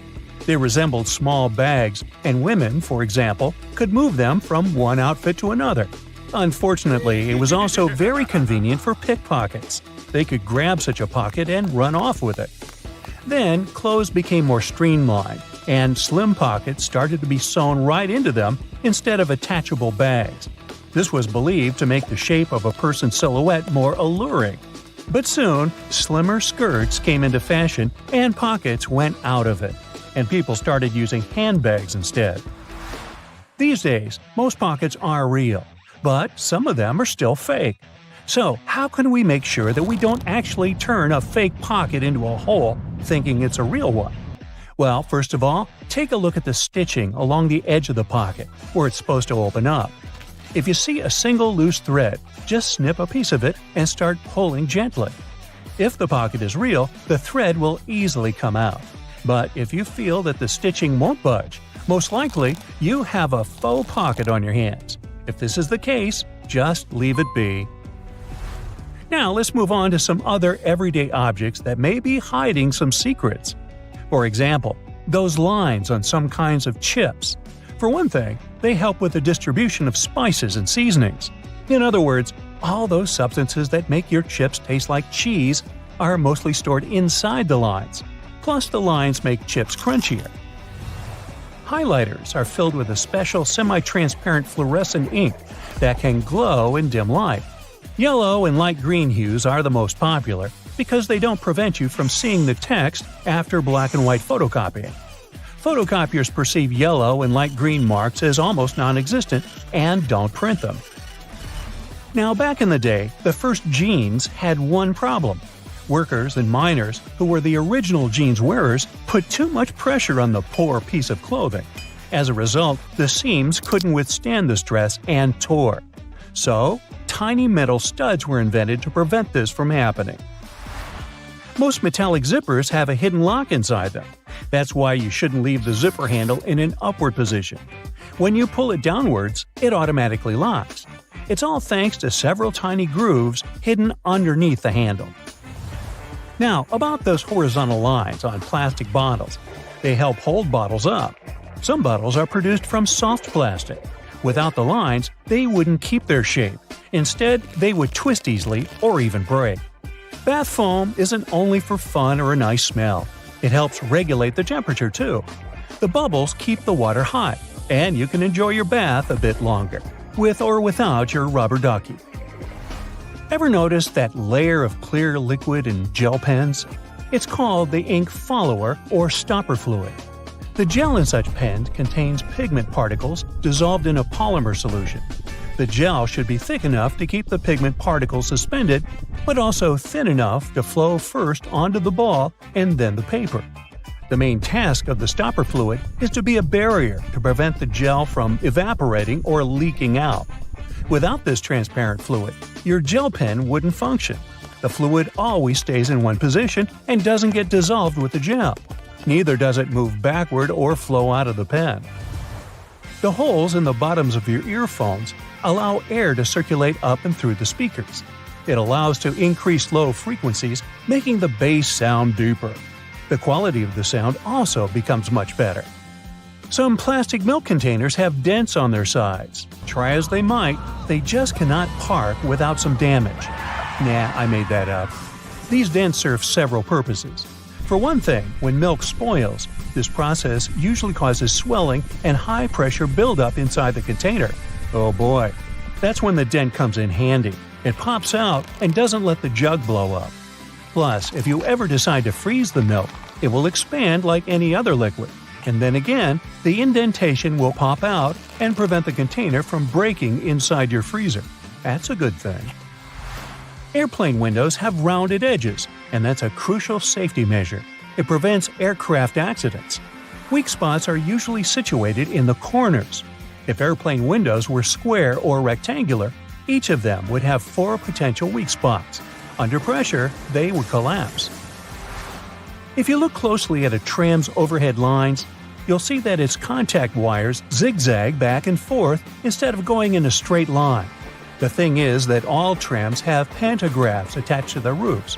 The upper part of the pantograph is gradually worn down by the overhead wire and eventually needs to be replaced. To wear it down evenly, the wire is not installed strictly along the tram's path, but in zigzag patterns. As the tram moves, the pantograph slides along the wire and it wears down evenly. You might have wondered why some gas cans have 2 holes with caps, one bigger and one smaller. Before, I thought that the little hole was used when you poured something into a smaller container. But I was wrong. A very infrequent occasion. In reality, you're supposed to uncap it before you pour the gas inside the bigger hole to prevent it from glugging and spilling on your clothes and on the ground.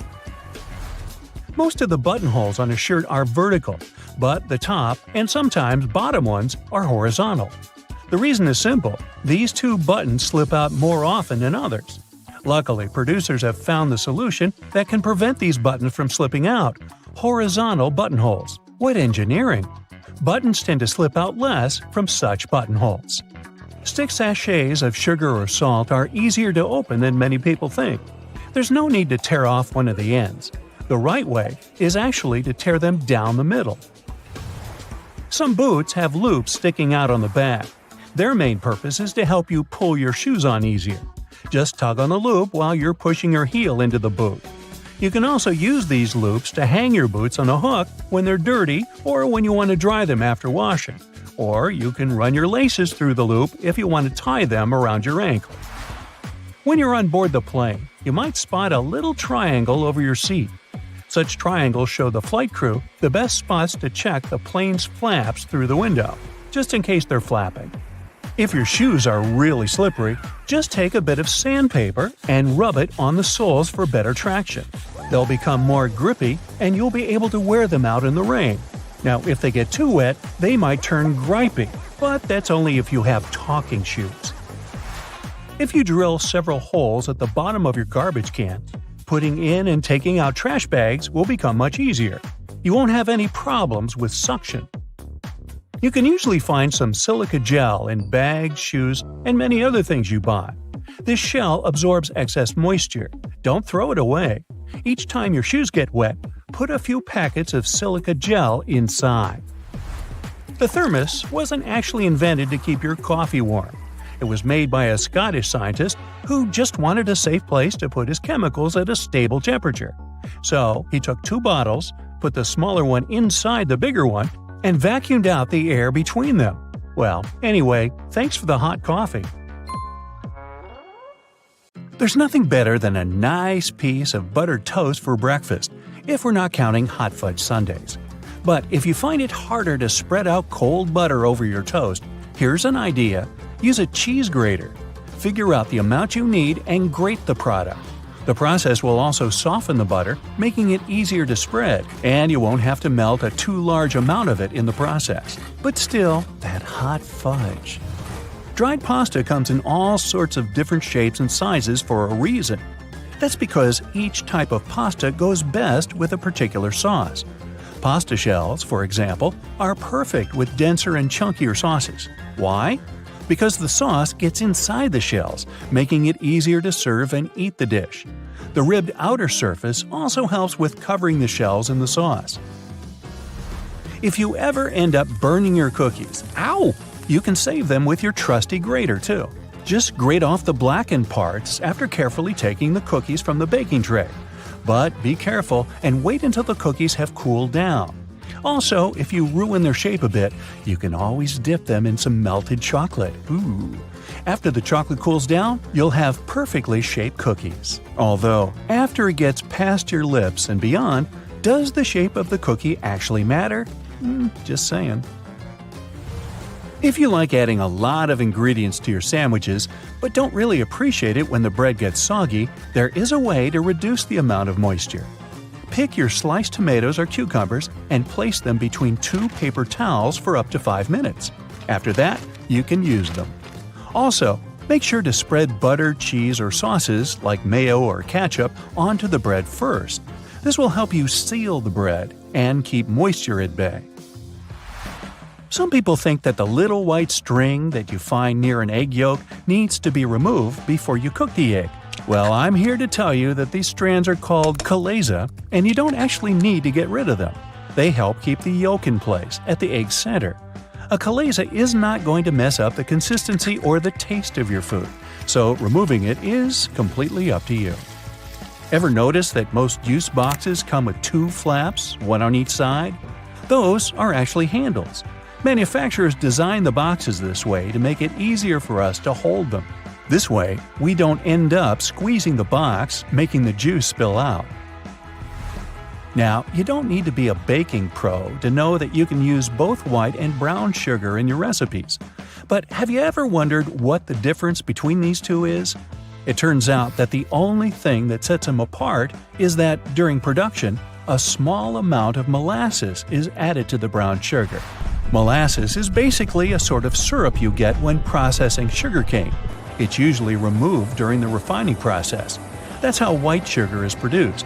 But if some amount of molasses remains in the final product, we end up with brown sugar, with its specific taste and darker hue.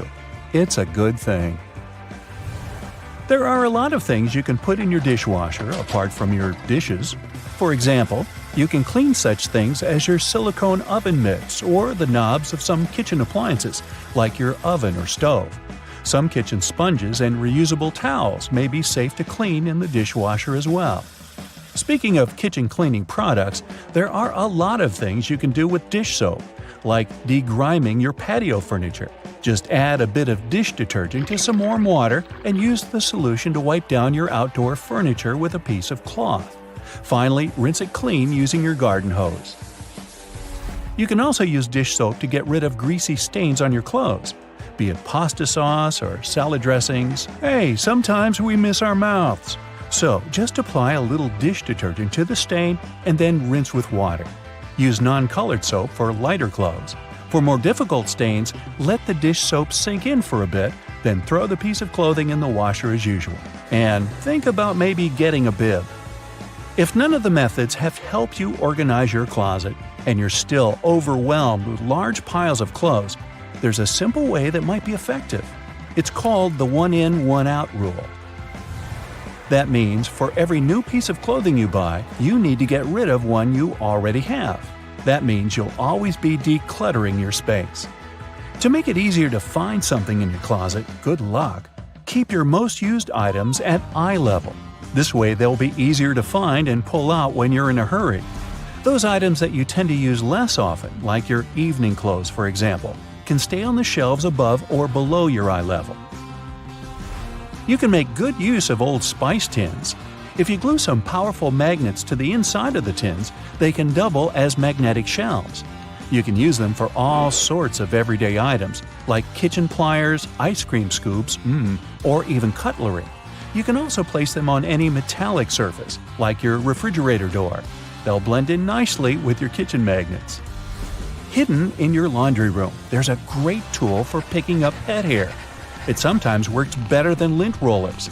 Take a dryer sheet and, using some elbow grease, you'll get rid of that dog or cat hair in no time. It works on all sorts of surfaces, but it's especially effective for upholstered furniture. Now, if you don't like it when a door starts squeaking whenever you enter a room, get a bar of soap and rub it straight on the hinges. This will only help for a while, though, but it'll do the trick until you manage to get to a hardware store and, buy some oil. Have you ever noticed that in some elevators there's a star next to the number of a specific floor? No, it's not to indicate where my office is. It's there to point out where the nearest exit is, and it's not always on the first floor. It's most likely located on the floor closest to the street. Have you ever wondered why stop signs are red? Well, back in the day, they didn't actually have any particular color at all. Before the 1920s, they didn't even have a standardized shape. In 1922, though, someone came up with the octagon, but initially it was painted yellow, all because the red coloring tended to fade out too quickly because of sun exposure. So yellow turned out to be the best option. It took another 30 years for fade-resistant enamel paint to be invented. We ended up changing the color of the stop sign back to red. After all, it's still the best color if you want something to be easily noticeable. Do you know there's a type of rose that can grow taller than people? According to the Guinness Book of World Records, the tallest rose bush ever found grew in Vienna, Austria. It was a staggering 28.5 feet tall. Yes, it arose to a great height. In the same way we all have unique patterns on our fingerprints, no two tigers have the same set of stripes. It makes it easier for people working with this feline species to distinguish one tiger from another. I'll bet you didn't know the White House has its own flower shop hidden in the basement of the building. It's supposed to provide flower arrangements for all sorts of events that take place there. It's probably no surprise that pizza has become an American staple dish despite its Italian origin. People in the U.S. love it so much that they buy 350 slices of pizza every second in the States. Man, I'm not getting my fair share. To manage the huge demand for this delicious dish, around 17% of all restaurants in the U.S. are pizzerias. Finally, there's a way to make lemon juice without the seeds getting into your beverage. Try cutting the fruit in two and squeezing it with a pair of kitchen tongs. The pointed end of the lemon should be facing down. The juice will flow down, but the seeds will remain inside the lemon. Ooh, lemonade. It goes well with pizza. Ladies and gentlemen, please welcome our special guest today, the garbage bag. Canadian inventors created this irreplaceable household item about 70 years ago. Today, it comes in a huge variety of shapes, colors, and sizes. And if you think it can only serve one basic purpose, I have a big surprise for you. It can even prevent you from unwanted communication, but more on that later. What if I told you that you've been using your garbage bags wrong your entire life? If you take a closer look at it, you'll probably notice that the seam is inside out, and it's not by accident. In fact, you're not supposed to shake up the bag to open it. You gotta place the bag over a garbage can like a hat, and then just push the middle of the bag down to the can. No worries, you're not the only person who didn't know that. This eye-opening trick went viral online and got millions of views. Imagine that you need to dye your hair, paint walls, or mold a clay mug immediately, but you don't have a protective suit on hand. Here comes the good news. You can make one out of a plastic bag. It will take you less than a minute. Just find a bag wide enough to fit your torso. Cut one hole in the bottom of the bag for your head and make 2 holes for the arms on the sides. Voila! Feel free to make a hat from another plastic bag to protect your hair. When the job is done, you can wash this handmade suit and reuse it. Our next hack is for those who don't like to waste money. You can use a real plastic bag instead of a raincoat that looks like a plastic bag anyway. Just make a round cut for your face and you're ready to go. You can reuse it as many times as you want. You can use a plastic bottle to create a recycled bag dispenser. Take a large bottle. It can be either a bottle of soda or washing gel. What matters is its shape. It must be straight so you can easily store bags inside it. Wash the bottle, dry it, and cut off the bottleneck and bottom. Turn it upside down. There you go. Your bag dispenser is ready.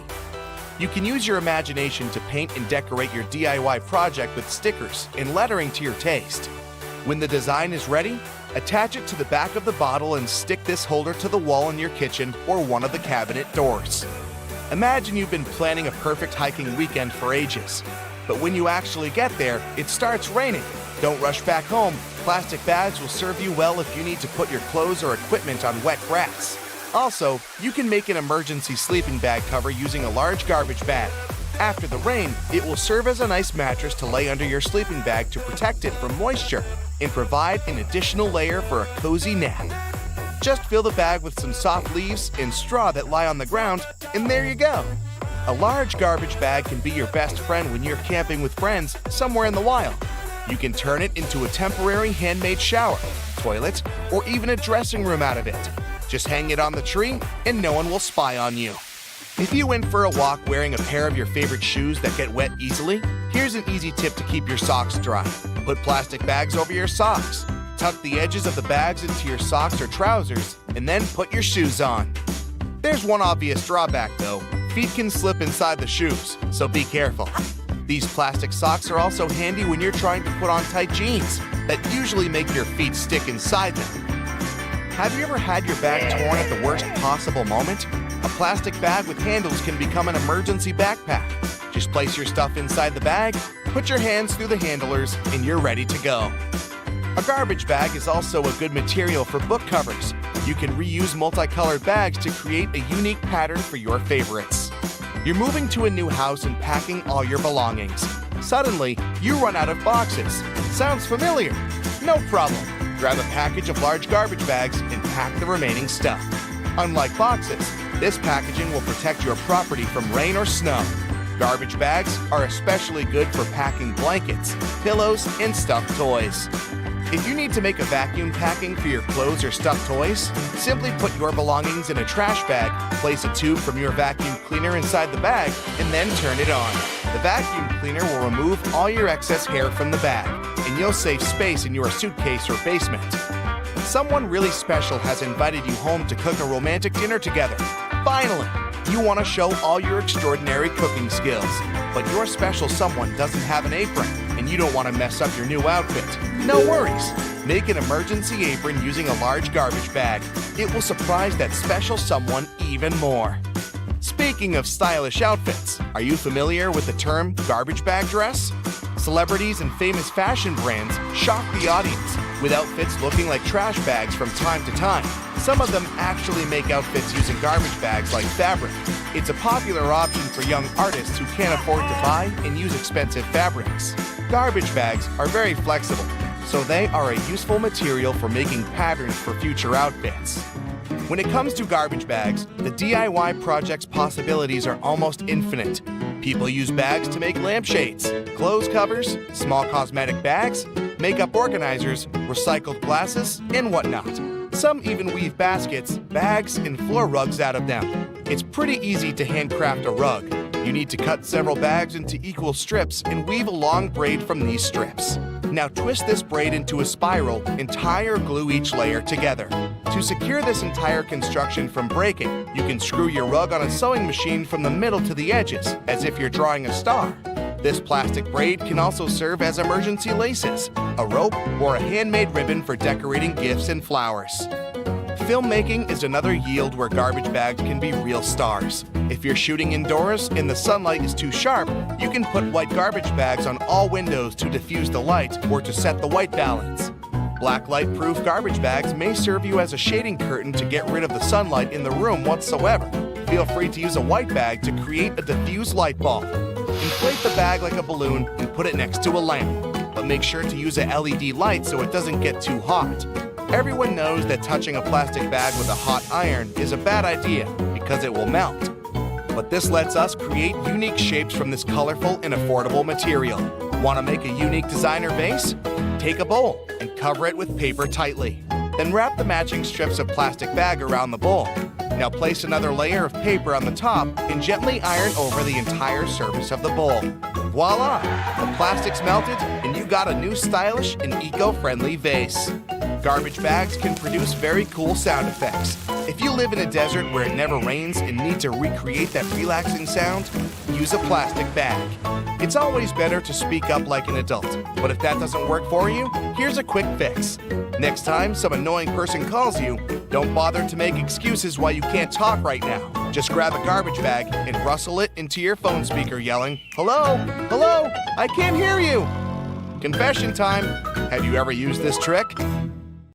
If you ever find yourself stuck in the trunk of your car, stay calm. All cars are supposed to be equipped with an emergency latch to help open the trunk from the inside in the unlikely case it happens. These latches are so well thought out that they can be opened by people of all ages. More so, handles are designed to glow in the dark, too. You can even pull them with the mouth if there's not enough wiggle room to use your hands. Never mind how you ended up in the trunk in the first place. Moving on. If you're ever working with needle and thread, remember you don't need to stick the needle directly into the spool. You may end up losing the needle altogether. Not to mention you can easily hurt your fingers. A lot of modern sewing kits these days come with a designated place for safeguarding the needles. It's located at the bottom part of the thread spool. You'll just need to pull it out. It's even made to hold multiple sewing needles at a time. Disposable ballpoint pens come with a little secret of their own. Did you ever notice that in some of them there's a small hole in the plastic part? It's actually a rudimentary ventilation system. It's supposed to let the ink easily make it to the tip of the pen. Okay, I know it's in the name, but you really don't need to shake the seasoning shaker to get any product out. Don't believe me? Hey, you're not the only one. Go grab your favorite seasoning bottle out of your pantry. If it has one of those removable plastic caps, it's perfect for the experiment. Instead of shaking the bottle, try holding it from the plastic cap while it's upside down. Now, gently twist the bottle from side to side and, before you know it, you get some gorgeously flowing seasoning without having to wiggle the shaker and make a mess all over the stove. On the same note, most salt and pepper shakers should have ridges on the bottom of the glass portion. In case you get any seasoning stuck in there, place the bottom of the salt shaker against the bottom of the pepper shaker and wiggle it around so the ridges click with each other. The seasoning should easily pour out now without you having to open the bottle. In colder weather, you often have so many clothing layers on you that you can hardly feel the purse or back straps on your shoulder anymore. Not to mention how fast they can slide off. Some jackets come with a built-in solution for that, in the form of a small tab on the shoulder with either a hook or a button. It's meant to be opened and closed comfortably, so you can keep your purse in place at any time. You're most likely using it merely to peel the skin of potatoes, carrots, or cucumbers. But you can use your vegetable peeler for chopping fine strips of onion as well. Just cut the onion into quarters vertically and then start slicing. This might also help out with those embarrassing onion tears. Most people miss this one, but should you ever have a closer look at your toothpaste tube, you will surely see some sort of coloring there, either a dot or a block. Colors can vary. They can be black, green, red, or even blue. These color spots are actually meant to help the assembly machines back at the toothpaste factory. They recognize when and where these machines need to cut the toothpaste tubes and proceed to fold them for packaging. For most types of footwear, if there's anything that seems a bit out of place, always know that it's there for a reason. Most manufacturers don't put extra items on shoes just for fun. It would definitely be a waste of time and resources. For footwear like boots, for example, there's often a small loop at the top back of the shoe. It's there to help you when you need to put the shoe on, since you can quickly pull on it. Plus, you can also hang the shoes somewhere, most likely to dry, since most boots are meant to be worn in the colder weather. Now, I've been guilty at least once of overdressing with a bunch of layers just so I won't need to jam everything in my check-in bag. But does it become a problem when you actually have to get seated? What do you do with your coat or your jacket? Well, have a closer look next time you board a plane on the seat in front of you. The hook that keeps the tray table upright can double as a jacket hook. As long as you don't need to have any meals while in the air, you're good to go. Now, most mascaras expire within 3 to 6 months, I'm told, depending on the manufacturer. But you can help speed up that process if you're not careful enough. Continuously pumping the mascara wand, trying to mix in the product actually pushes more air into the tube. This can make it dry much faster, and you evidently won't get the desired results with it anymore. There's an easy way to check if your mascara is still good enough to use. If you don't hear a popping noise when you take the brush out, you may very well need to go get yourself a new mascara tube. Now, I know we're living in the era of Bluetooth-connected devices, but for better quality sound, they still recommend using headphones that connect via audio jacks. Remember seeing black ridges on those jacks? They aren't there just to make them fit when you plug them into your phone or laptop. Made out of a special insulating material, these bands are meant to guard the wires when sound is being transmitted. Based on the number of bands, you can figure out which end goes where. Some empty space under noodles in a cup doesn't mean the company producing them wants to cheat you out of a full portion. No. It's a manner of keeping the noodles intact during their transportation. It also helps with the circulation of hot water that is poured over the products before you can enjoy them. The V-shaped neckline was initially designed to serve a bunch of objectives. First, as a way of prolonging the life of the garment that would maintain its shape over the years. It's also there to fit your head through the shirt in case it needs some stretching. This way, it ensures a snugger grip around the neck. Lastly, it helps absorb sweat in case you're wearing the shirt while exercising. Now, it's not necessarily a custom anymore, but you may have stumbled upon a dinner jacket with an additional mysterious pocket on the right side. Turns out, this pocket was used by men to easily reach their train tickets, since most of them had to travel to work every day. It helped them keep their jacket buttoned up, but also benefited from the use of a pocket. Now it's only added as a decoration, and it doesn't serve an actual purpose anymore. Speaking of things we don't use these days, or at least for their initial purpose, did you know Play-Doh was originally a cleaning product? In the 1920s, the market was in need of a product that could help them wipe the wallpapered areas around coal-burning furnaces. The recipe for what we now know as Play-Doh was thus invented. It was manufactured in white only and was supposed to clean wallpaper by being rolled back and forth over the dirt. It was only later, in the 1940s, that new products for cleaning wallpaper were brought up, and Play-Doh was redirected toward another area of the market. Now, while I enjoy a nice piece of toast for breakfast, isn't it pesky to have to clean out the toaster? Well, not anymore, since I recently found out that toasters have a slide or a panel at the bottom that helps get rid of all those annoying breadcrumbs easily. Now, there used to be a time when you could only have access to video games by inserting cartridges in your console of choice. These tiny objects gave many doctors a lot of headaches. People soon started popping up in hospitals after swallowing small game cartridges, especially the younger generation. Nintendo, the company that manufactures the majority of these devices, had to come up with a creative solution to prevent these accidents. So these days, Nintendo Switch cartridges are purposely coated with specific chemicals that can leave a really bad, bitter taste in the mouth. Not that I'd, recommend you ever try and taste for yourself. Whether it's something as simple as a button on your jeans or something that's part of a larger moving mechanism, here are 26 secrets to everyday things you probably didn't know about. You use doorknobs every day, so it's right to be concerned about how many germs could be on them. However, they have made doorknobs out of brass partly for that reason. Brass provides an antimicrobial effect, eliminating the microorganisms that were hoping to start a colony on your doorknob. Your pants have that 1/5 pocket that's recognized as the small useless one. Originally, it was there to provide a safe place for your pocket watch, something that was necessary when first implemented in 1901. It then continued to remain for traditional purposes. However, it's still a great place to put your Tic Tacs. You've probably mistaken those little rivets on your jeans as some form of fashion statement, similar to the small pocket. In fact, they're incredibly important. They are there to provide extra support for areas that withstand the most strenuous parts of your clothing, preventing them from embarrassingly falling apart. That little button at the end of your seatbelt seems like it's way out of place.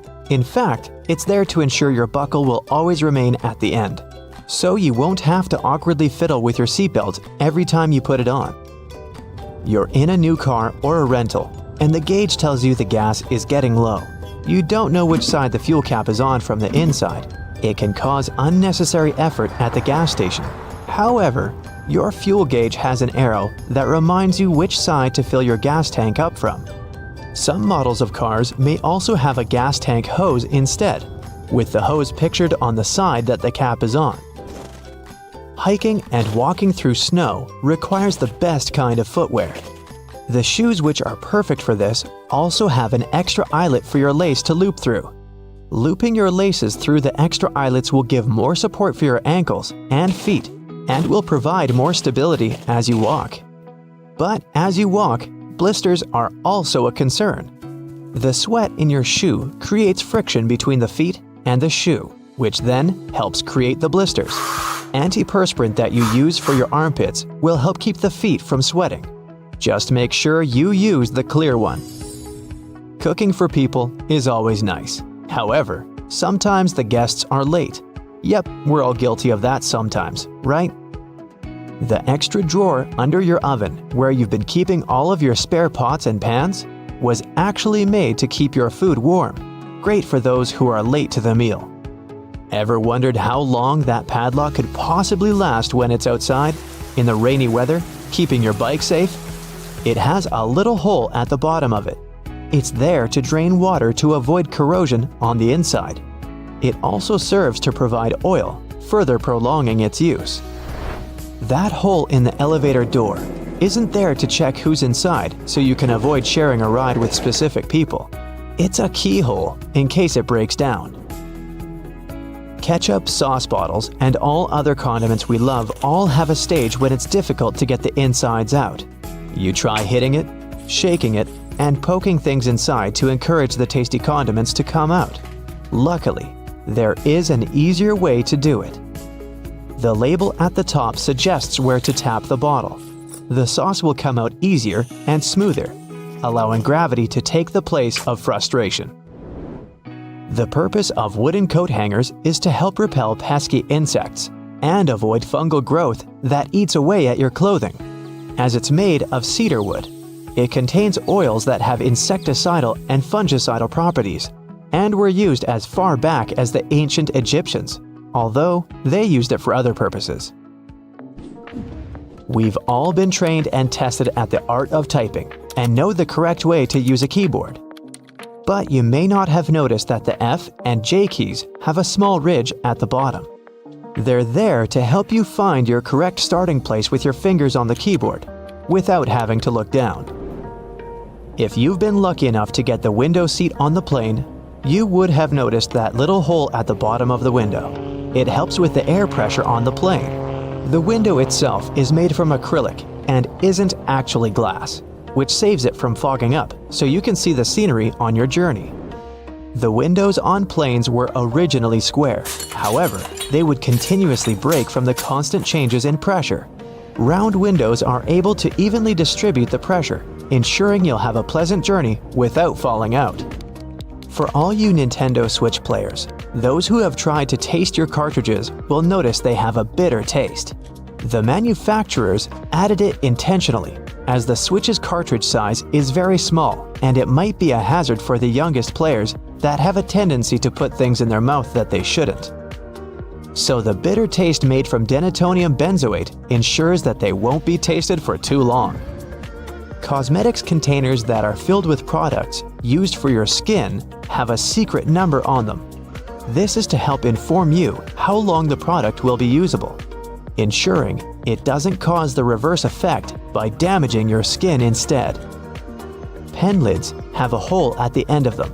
It's not there to help your pen breathe and boost performance, but it's there to help you breathe.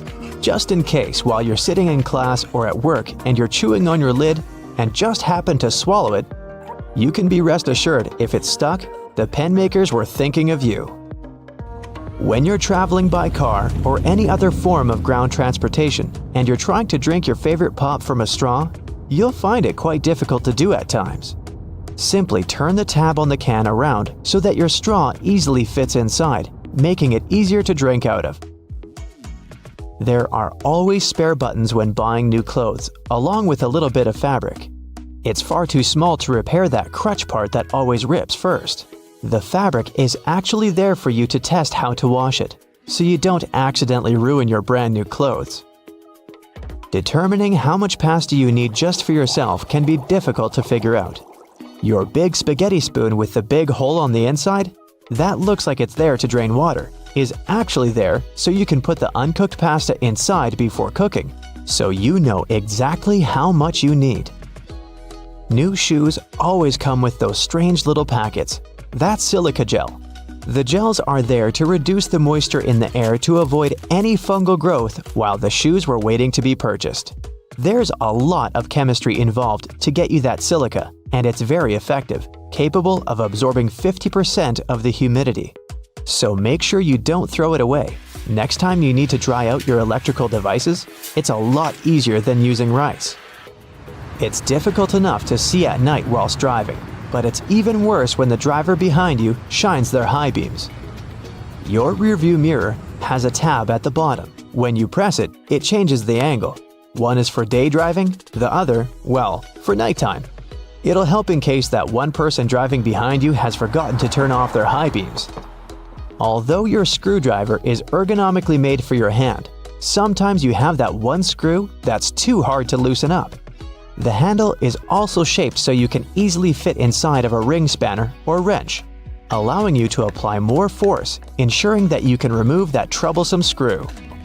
The skirt part on an escalator seems like a good spot to get your foot stuck, but in reality, those long brushes poking out aren't there to give you an extra shine on your shoes, but for safety precautions, to minimize the risk of trapping objects between the steps and the side of the escalator.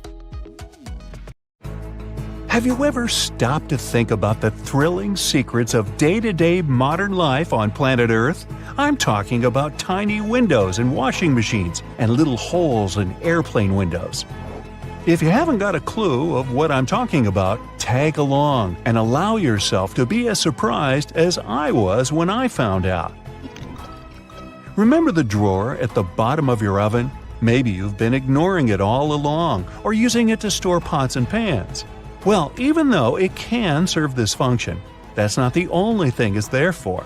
The best way to use the bottom drawer is to keep your meal heated while you're waiting to serve it. Genius, right? Talking about secret doors, have you noticed that most washing machines have little flap doors at the bottom too?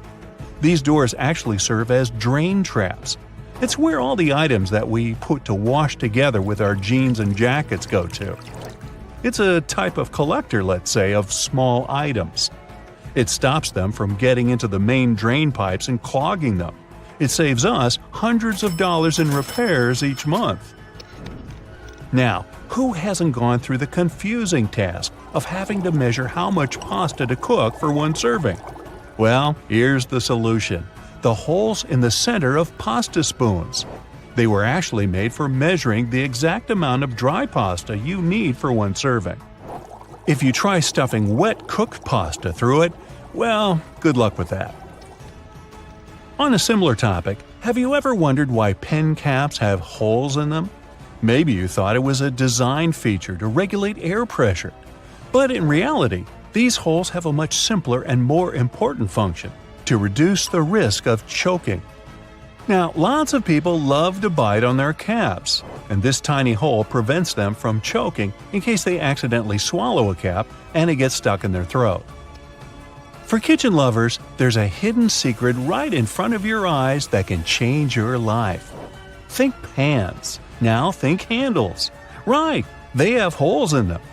As it turns out, these holes were designed to hold the spoon you're using for cooking. And instead of dripping sauce all over the stove or your kitchen floor, you can place the spoon in the hole and let it drip the sauce directly back into the pan. Woohoo! Speaking of everyday items, and most doorknobs are made of brass because this material makes them naturally germ-free. Unlike plastic ones, brass doorknobs are kind of magical. They can disinfect themselves without you having to clean them. Neat, right? Have you ever noticed that at the bottom of a measuring tape there is a little dip? You can find it in that metallic part you need to pull on to measure something.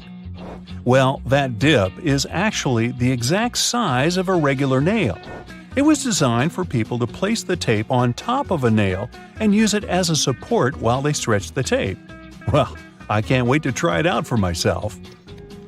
As for the margins in your notebook, they were invented to protect people's notes from mice. No, the mice weren't copying your answers for the math quiz. Actually, there were times when people had to cohabitate with rats and mice that often chewed on paper. So, to prevent information from getting completely lost, people created margins. This way, texts were moved closer to the middle of pages and remained unharmed by rodents. Perhaps this is where to digest information came from. And what about those tiny holes at the bottom of airplane windows? They have an extremely important function of regulating the air pressure inside the cabin. In other words, they help planes fly high up in the sky. Big responsibility, right? By the way, tray tables on an airplane are the germiest places inside the entire cabin. Studies showed that the trays had 8 times the amount of germs on the toilet flush button. Now, how about we cut a commercial airplane in half and see what's inside? Well, it would look more or less like this: rows of seats on top and everything else that needs to be stored at the bottom. I'm talking about passengers' luggage, emergency supplies, parts of the wing system, and so on. Moving on to bowling balls. Yes, I know it's a clumsy transition. Anyway, have you ever wondered what the insides of a bowling ball look like? If you have cut a professional ball in two, you'll see a familiar shape. Look closely. Do you see it? Doesn't that look like the logo of Brightside? Anyway, professional bowling balls are different from the ones in your local bowling alley. That's because they're designed to make fancy moves. They actually have some really complex engineering inside. They're shaped to help skilled professionals get more strikes. The weight of professional bowling balls is designed to be projected inward as they travel down the bowling lane. This makes it harder for them to get into the gutters on the sides of the lane. Speaking of balls, let's take a look inside a baseball. To make it light and aerodynamic, producers use several different layers. Starting from the core, we have a cork center enveloped by black rubber. Then there's a layer of red rubber, followed by 2 or 3 alternating layers of wool yarn. After that, there's a visible white leather cover and that beautiful red seam on the side, stitching it all together. And what if you had X-ray vision and managed to look inside a human bone? Ooh, spooky! I'd say what calls most attention is this spiderweb-like situation at the center of the bone. In reality, it's a highly condensed and complex structure of nerves that you have inside your bones. Aren't you lucky? Now, I've got a riddle for you. What is round, can be found near the ocean, and looks like an aerial view of the Guggenheim Museum in New York City, the one that's made almost entirely of ramps? If you said a nautilus shell, hey, then you guessed right. A nautilus is a shellfish whose house you can find in countless souvenir stores near the beach. It's made up of 2 layers, a matte white outer layer and an iridescent white inner layer. And if you were to cut it in half, it would look very similar to the insides of the Guggenheim Museum. Aloe leaves are good for healing purposes and also for hydration. But if you managed to look inside of an aloe leaf, the image you'd see would be satisfying and very relaxing. Who hasn't dreamed of a pool filled with jelly? Now, there seems to be nothing more mundane and regular than a tube of toothpaste. But you wouldn't think so if you cut open a tube that contains several colors. Now, there have been speculations that the insides of such a toothpaste tube might be divided by barriers so that the stripes don't mix. But if you cut it in half, you'll see that it has only one interior chamber. As it happens, there's a lot of science behind the making of striped toothpaste. According to a specialist, they have to ensure that the paste in all the stripes has the same physical properties. This way, the colors are naturally prevented from mixing with one another. That's why, if you tear a tube open, you'll see something that looks like several slices of pizza in different colors. If you open your closet, you're bound to find at least a few wooden hangers. Usually, they're made of cedar wood, which is a natural moth repellent. So, cedar hangers actually protect your clothes from moth infestation. For some people, more than others, eyeliner is an everyday must. Boy, isn't it. But did you know that back in ancient Egyptian times, both men and women used kohl eyeliners to protect their eyes from the sun's glare? Way to go for the Egyptians for figuring that out. Now, if I could just learn to walk like one. Normally, we use headrests for the purpose of, well, resting our heads, right? Well, not only. As it turns out, headrests can be easily removed from the seats and used to break car windows in case of emergencies. Now, this one is a trick very few people know about. You probably place your doormat horizontally, like most of us do. But doormats serve the purpose of absorbing dirt from the soles of your shoes before you enter your home. So, for this function to work as it's meant to, the best way to place a doormat is vertically. This way, you take more steps on the top of the doormat before entering your house. And last but not least, now I don't want to be accusatory here, but you have probably been vacuuming your house the wrong way, and I can prove it. Most people just vacuum floors and carpets in one direction or move the brush back and forth several times, thinking they've got all the dust out. But according to cleaning professionals, the best way to vacuum is in rows. First, you go forward with the brush until you arrive at the end of the row. Then, you fluff the carpet up and move back down along the same row, gathering the dust that wasn't collected in the first sweep. Talk about efficient cleaning. On the other hand, my idea of house cleaning is to sweep the room with a glance. Hey, I don't want to disturb that protective layer of dust. Next time you follow a recipe where you need to separate egg yolks from whites, try this. Peel a clove of garlic and rub your fingers with it. Carefully break an egg into a bowl. With your garlicky fingers, pick up the yolk.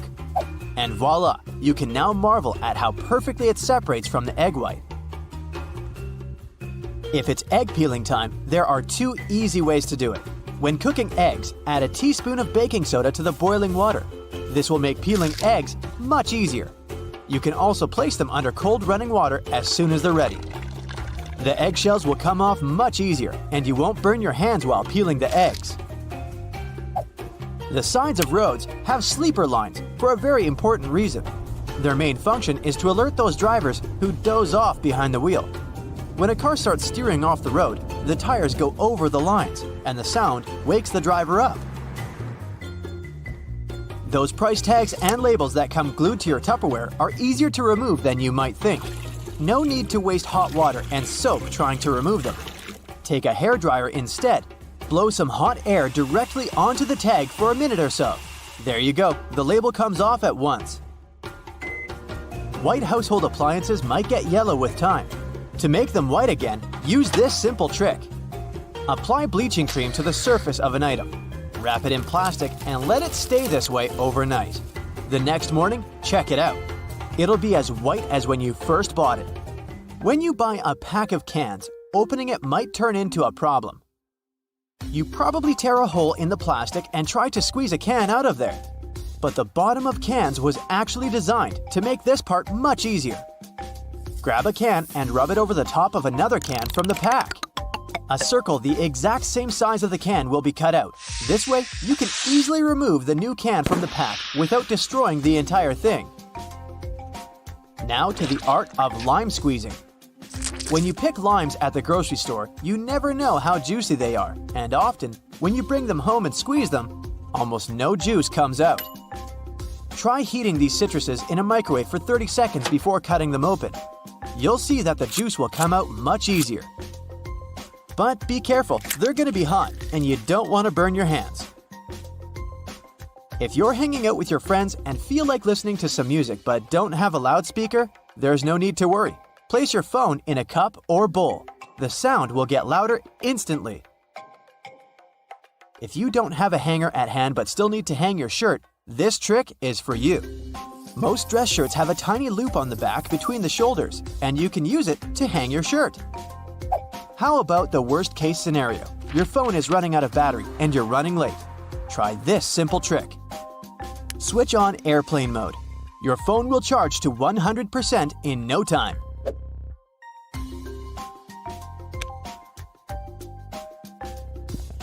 You can run the sticky part of a Post-it note along your laptop's keyboard.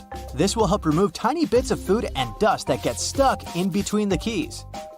Avoid putting really hot food into plastic containers. Hot plastic releases all kinds of toxic chemicals, and we don't want our food to absorb that nasty stuff, right? What can be better than a bubble bath in the evening? But the bubbles are not only pretty and smell nice, they also keep the water temperature hot for longer. This way, you can enjoy a long, hot bath without getting cold too quickly.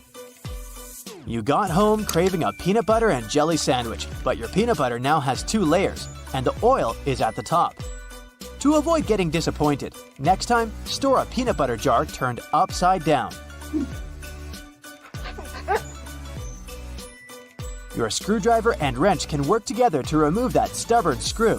Grab your screwdriver's handle with the wrench and use it to apply more force. This method will also help you reach more difficult areas. There is a reason why your coffee stirrer looks like a straw. It has holes in it because it reduces the amount of plastic manufacturers have to use. Plus, they prevent the stirrer from floating. The holes in the stirrer get filled with coffee, which in turn makes it heavier. And speaking of coffee, you should never buy the product that is more than 18 months old. Make sure to look at the best before date when buying it. If you've ever had trouble with those classic salt and pepper shakers, the ones you may see in diners, I've got a trick for you.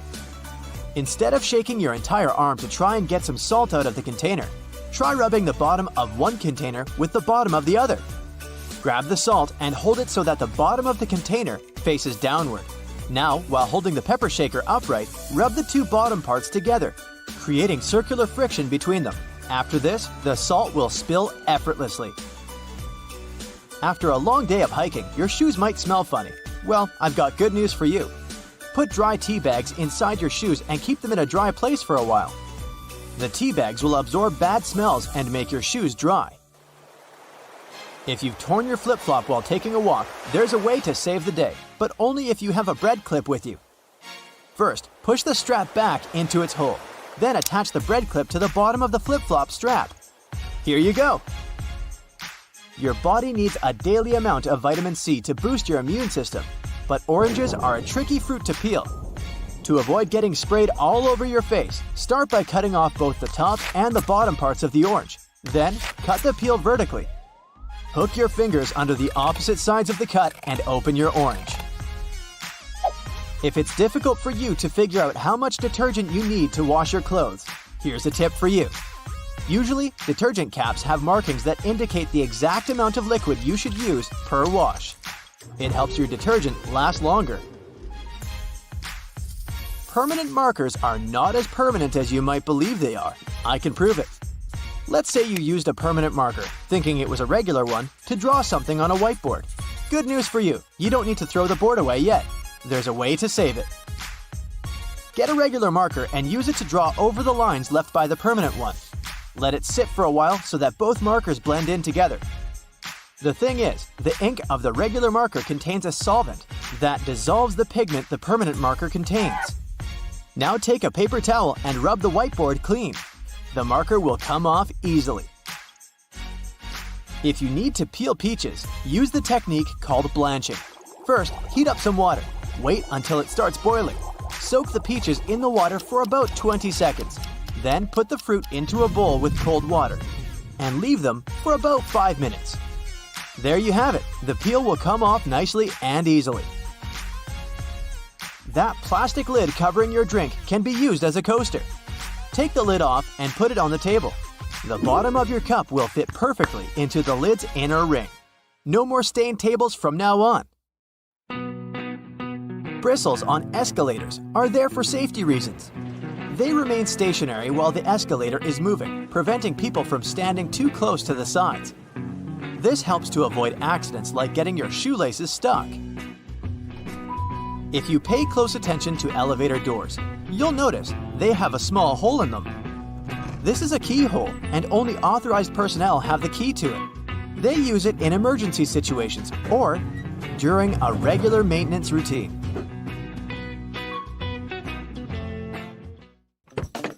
How many hidden features are there in your car that you have never heard of? Most cars these days have everything color-coded under their hoods.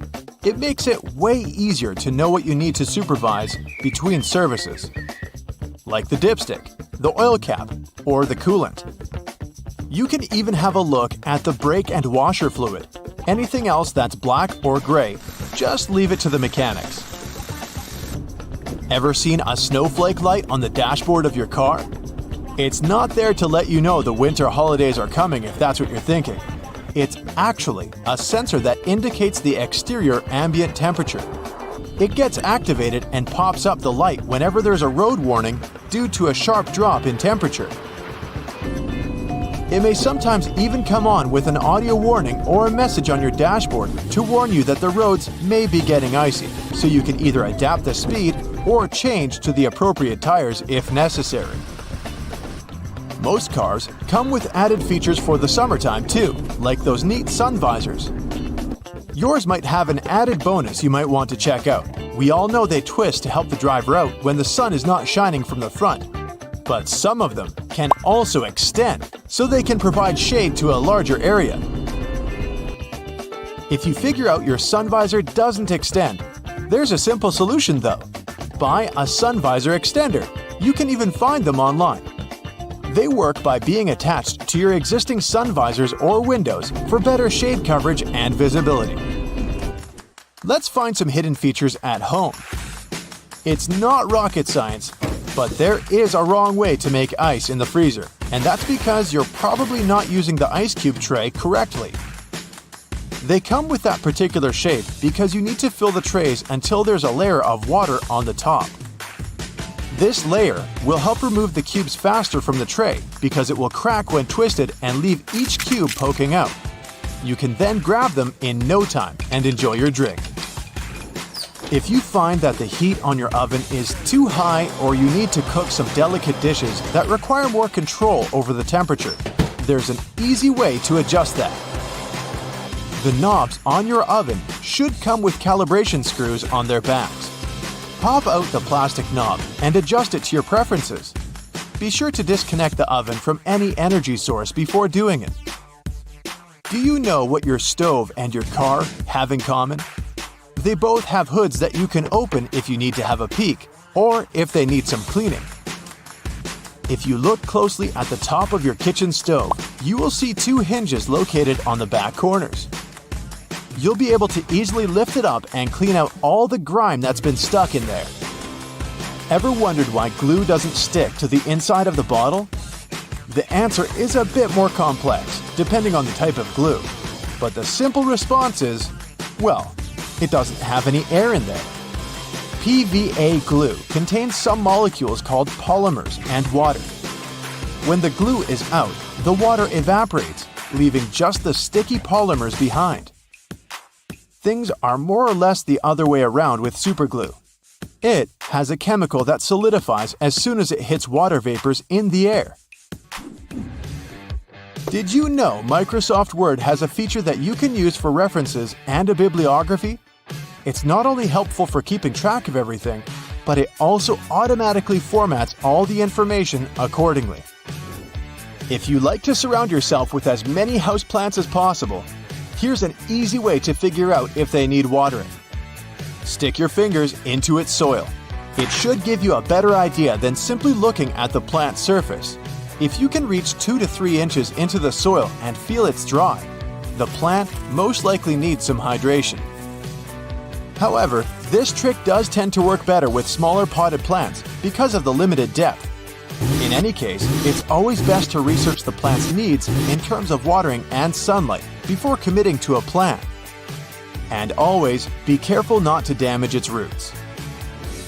Be honest, you indeed have clothes you wear all the time and some that just sit there in the back of your closet that you've most likely forgotten about. Here's a neat way to figure out which one is which.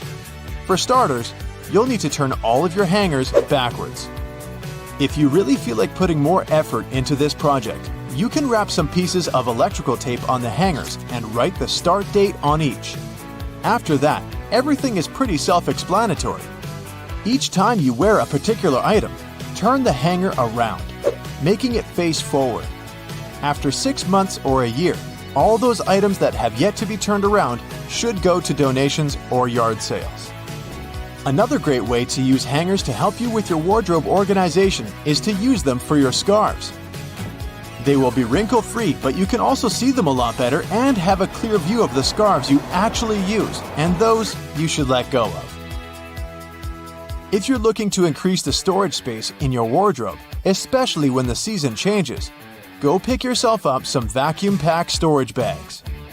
After that, you just need to fold your garments or other pieces of laundry, like bedding or blankets for example, and place them in the bags. Turn on your vacuum cleaner, place the nozzle on the bag seal, and remove all the extra air from the bag. It helps with reducing the storage size of clothes and keeps the clothes clean, dry, and moth-free. Should you have an empty basket lying around and you aren't sure if you want to recycle it just yet, you can always repurpose it as a cool lamp. Wicker baskets work best for this. Just cut a small hole in the bottom of the basket and place a pendant light kit there.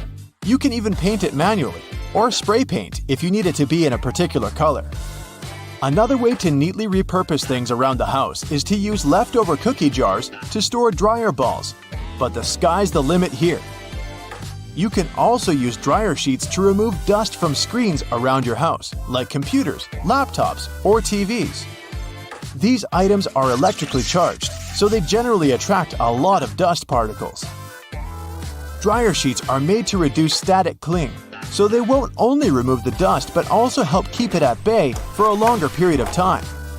Dryer sheets also help out if you're having a bad hair day, believe it or not. They can seriously help out taming flyaways whenever your frizz just gets out of control.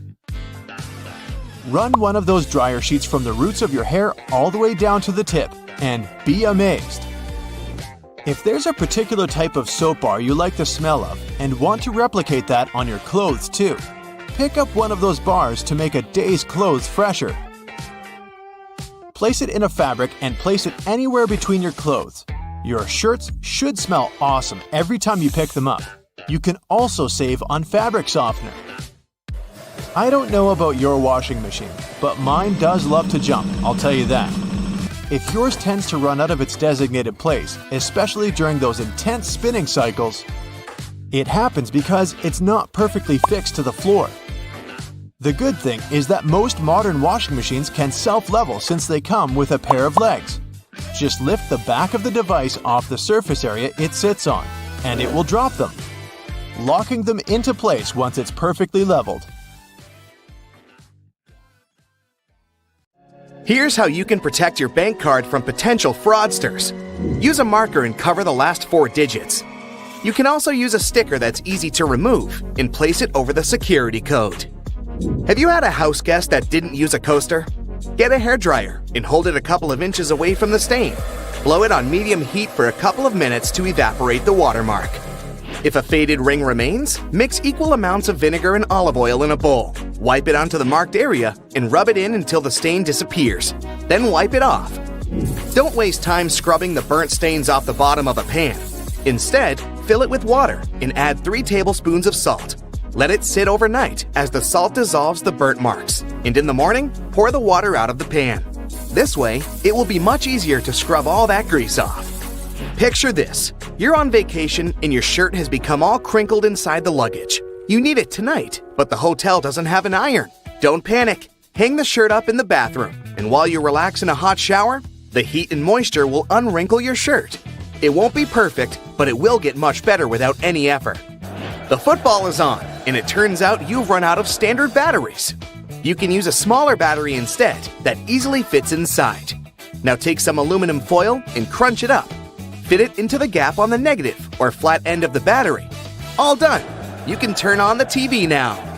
Once your flip-flops crack and the plug easily slips out of the hole, it's normally a sign that you need a new pair. But there's a way to extend their mileage. Push the plug back through the hole, then take a bread clip and attach it to the end. The clip will provide enough support for the plug to remain in place. You've received a package and the receipt is taped on. You've managed to detach it from the box. But how to separate the tape without ripping the paper? Hold both ends of the tape apart, and by pulling it slowly, the tape stretches and separates itself from the paper without tearing it apart. Ziploc bags are perfect to keep things dry, but it would be great if they were larger. Take two and turn one of them inside out. They can now connect and work as one large bag, big enough to protect a keyboard. There's no need to carry your keys in your hand when you go for a jog. Instead, put them inside your pocket, take a rubber band, then tie it around the pocket from the inside. This stops the keys from falling out. You've broken your key in the door. It's stuck. Great. Arranging for a locksmith could cost up to $100, but for a cheaper and quicker option, try using a hot glue stick. Heat the end with a lighter, and once it's warm enough to melt, push the glue into the keyhole. The melted glue will enter the available space, covering part of the key. Once it cools, it compresses and gains a strong hold of the key's end. Now, just pull it out. If you need to siphon liquid through a hose and want to avoid using your mouth, put one end in the liquid and hold the other upwards with your thumb closing the top. Now shake up and down. This jiggle motion pushes liquid upwards, a little each time.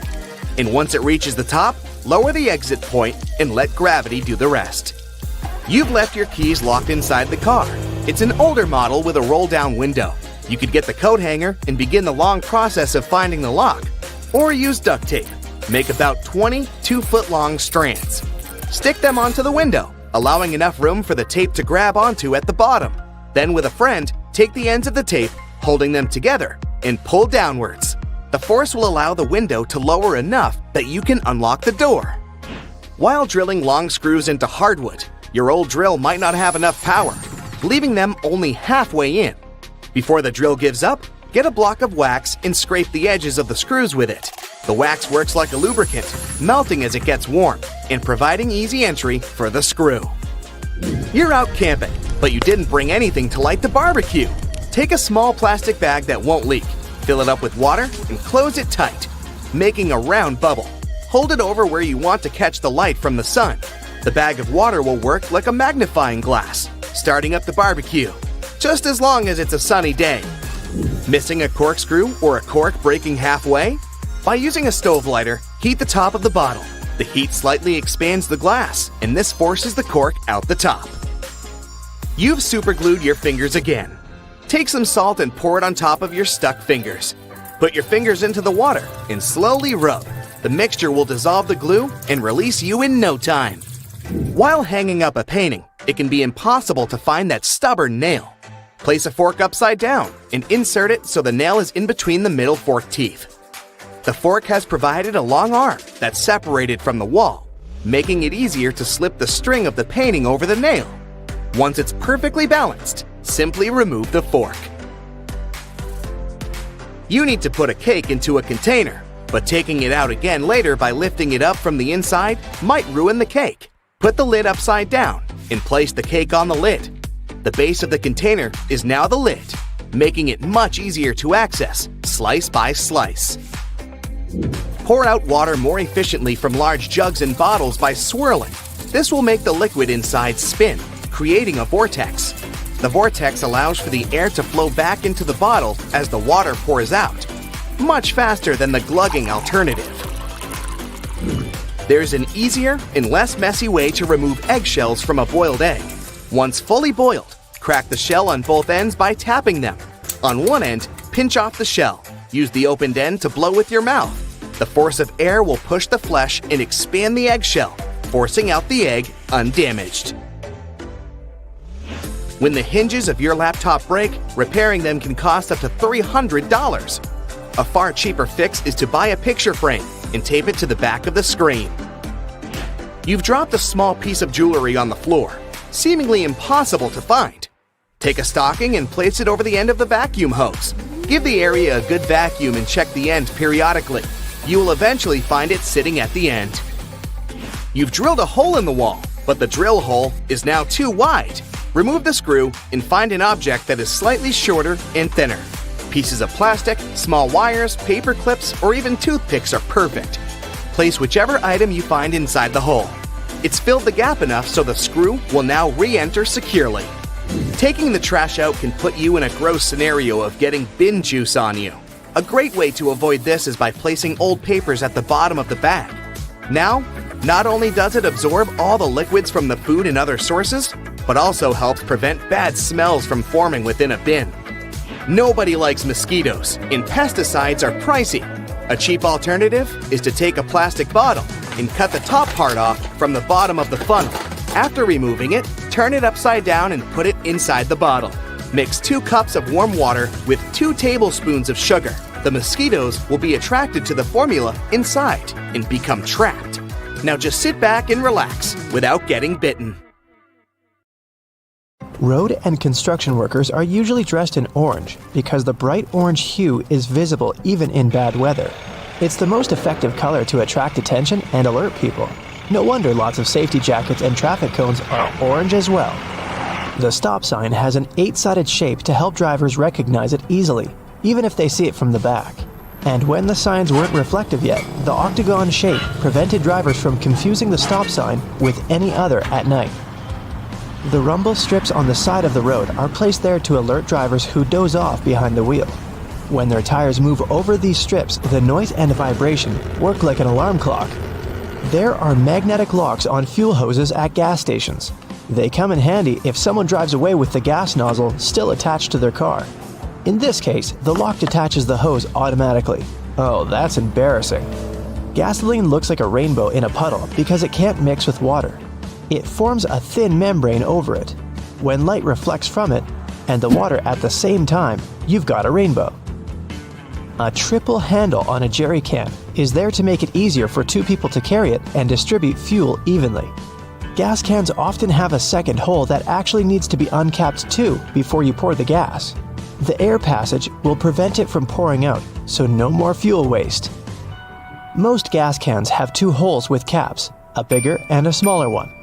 You're supposed to uncap the smaller hole before pouring gas inside the bigger one.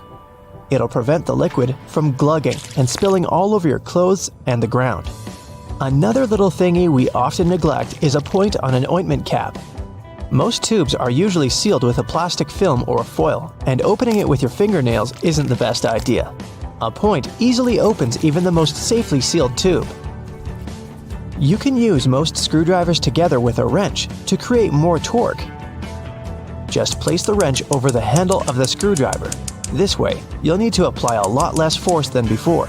You'll also be able to get to hard-to-reach areas more easily. They install cameras in shops, banks, and hospitals to monitor everything. If something happens, you can call the police or rescuers. The camera really helps to solve a lot of problems. Why are there no cameras on planes? The crew keep order on the plane, but they won't be able to do anything if something serious happens. Besides, there's nowhere to run on the plane. During the flight, the cameras are useless, and after the flight, the words of the passengers work ideally instead of cameras. So, if cameras do no good, then why spend money on them? Water is great at cleaning stuff because it has triangular molecules.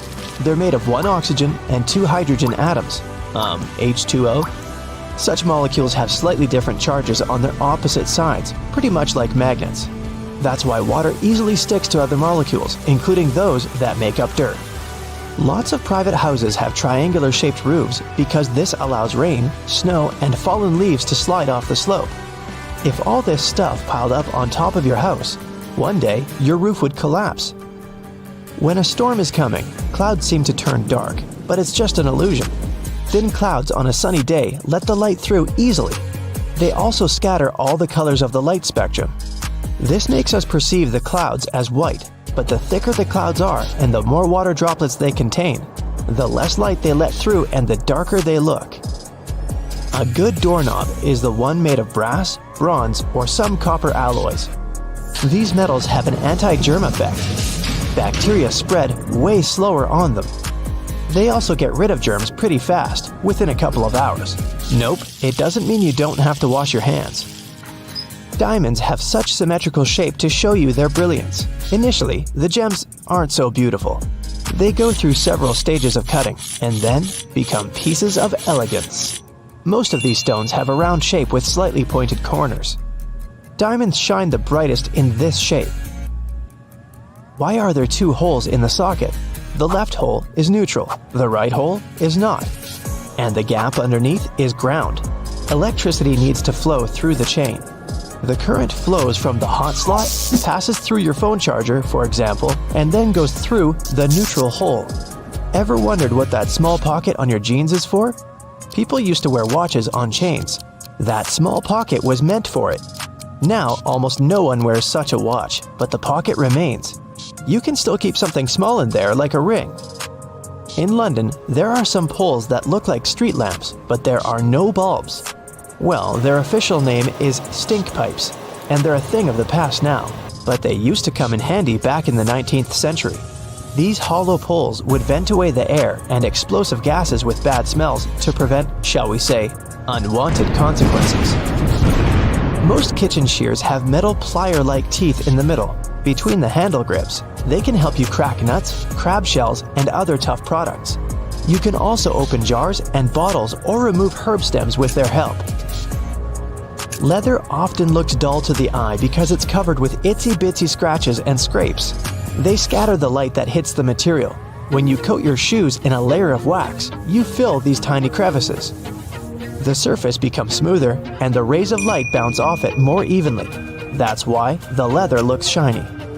Highlighters are filled with a special semi-transparent fluorescent ink that can glow in dim light. Yellow and light green hues are the most popular because they don't prevent you from seeing the text after black and white photocopying. Photocopiers perceive yellow and light green marks as very pale and don't print them. They make magnets shaped as a horseshoe because this increases the magnetic force. Colors matter too. The blue part indicates the South Pole, the red part, the North Pole. The two poles work simultaneously and increase the attraction force. The dime-sized holes in elevator doors is actually a keyhole. If the doors get stuck, an operator can open them manually thanks to this hole. They'll just insert a special key. The tiny hole in the airplane window is there to balance air pressure. The window has 3 layers. The outer pane is extremely sturdy.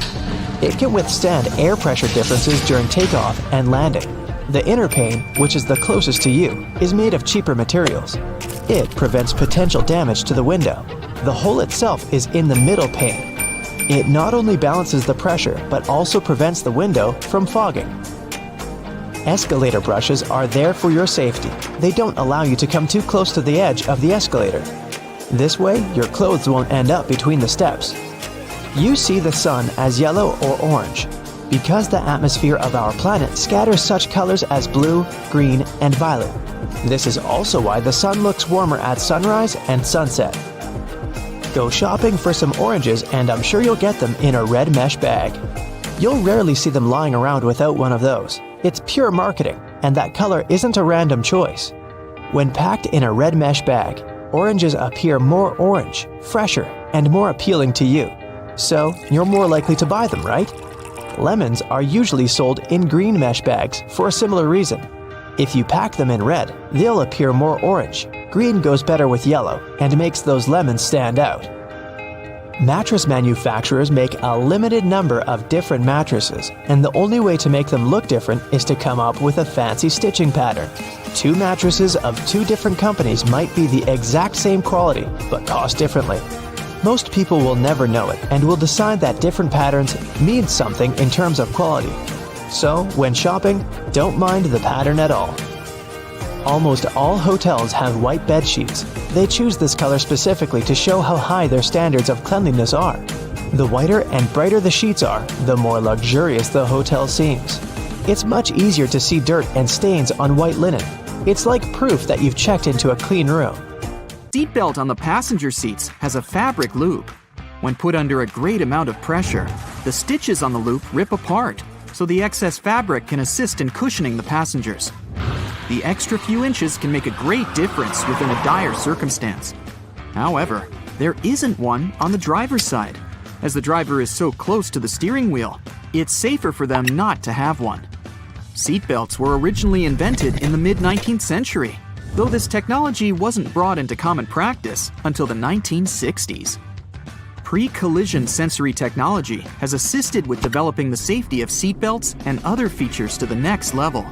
Effectively predicting a car's collision, the technology directs the seatbelts to automatically tighten, aligning the airbags and ensuring the brakes will be preloaded to reduce shock. Every year, 6 million car accidents occur, which explains why all cars still must continue to develop safety features, not only to alleviate accidents, but to protect people more effectively within their cars. The materials that make up the body of cars only started getting replaced within the last 25 years, ranging from aluminum and magnesium alloys to carbon fiber composites. These lighter materials not only enable a more fuel-efficient journey, but they also ensure that when a car is in an accident, its build provides a crumple zone. As a car hits another object, the crumple zone absorbs energy from the collision.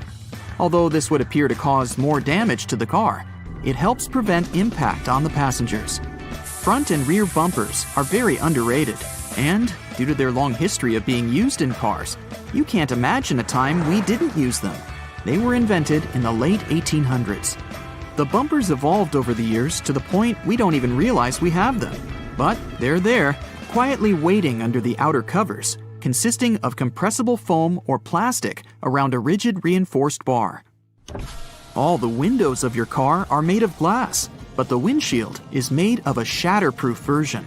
It's laminated, so whatever might hit it, you can be sure there won't be any shards of glass falling into the front seats. Normal glass was used up until the 1950s. As vehicles became more prominent, they made modifications to ensure safety. Airbags seem like another common feature that has always been there. In fact, they were originally invented in 1968 and were ahead of their time. They slowly gained popularity, and through safety precautions for cars, they eventually became mandatory for all cars to have, only in 1998. They have since developed from just being an airbag within the steering wheel. Today, depending on the vehicle, they can be located throughout the car, ensuring all potential passengers will be protected. Crash sensors connected to an onboard computer detect when a collision occurs and trigger the bags, inflating within milliseconds and providing a cushioned safety within a blink of an eye. It can be difficult to predict the weather, and even more so to determine traction on the road. In the late 1960s, anti-lock braking systems, ABS, were implemented in vehicles. Before that, they had been used in many aircraft, with designs going as far back as 1908. They soon became a necessity for all vehicles, ensuring traction is maintained on slippery surfaces and that there is complete control when braking. Today, ABS has advanced so much that the latest variations ensure further detection when there are strong crosswinds. Cruise control, initially invented in 1948, has been in constant development over many decades. Today, adaptive cruise control ensures that when the car is cruising at a constant speed and detects a slower car ahead, it will then adjust the speed to match the car in front.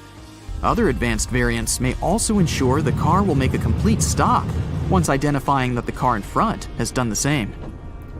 It's easy to forget to have your high beams on when driving on the long and lonesome road for many hours. Automatic high beams are quickly becoming more common.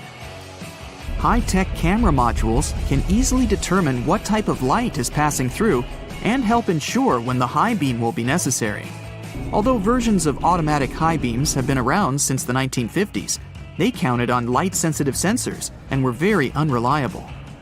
The new varieties can identify the sources of light, whether it's from the sun, directly from a car's light, or even from the reflection on a sign, ensuring you won't cause issues with other drivers.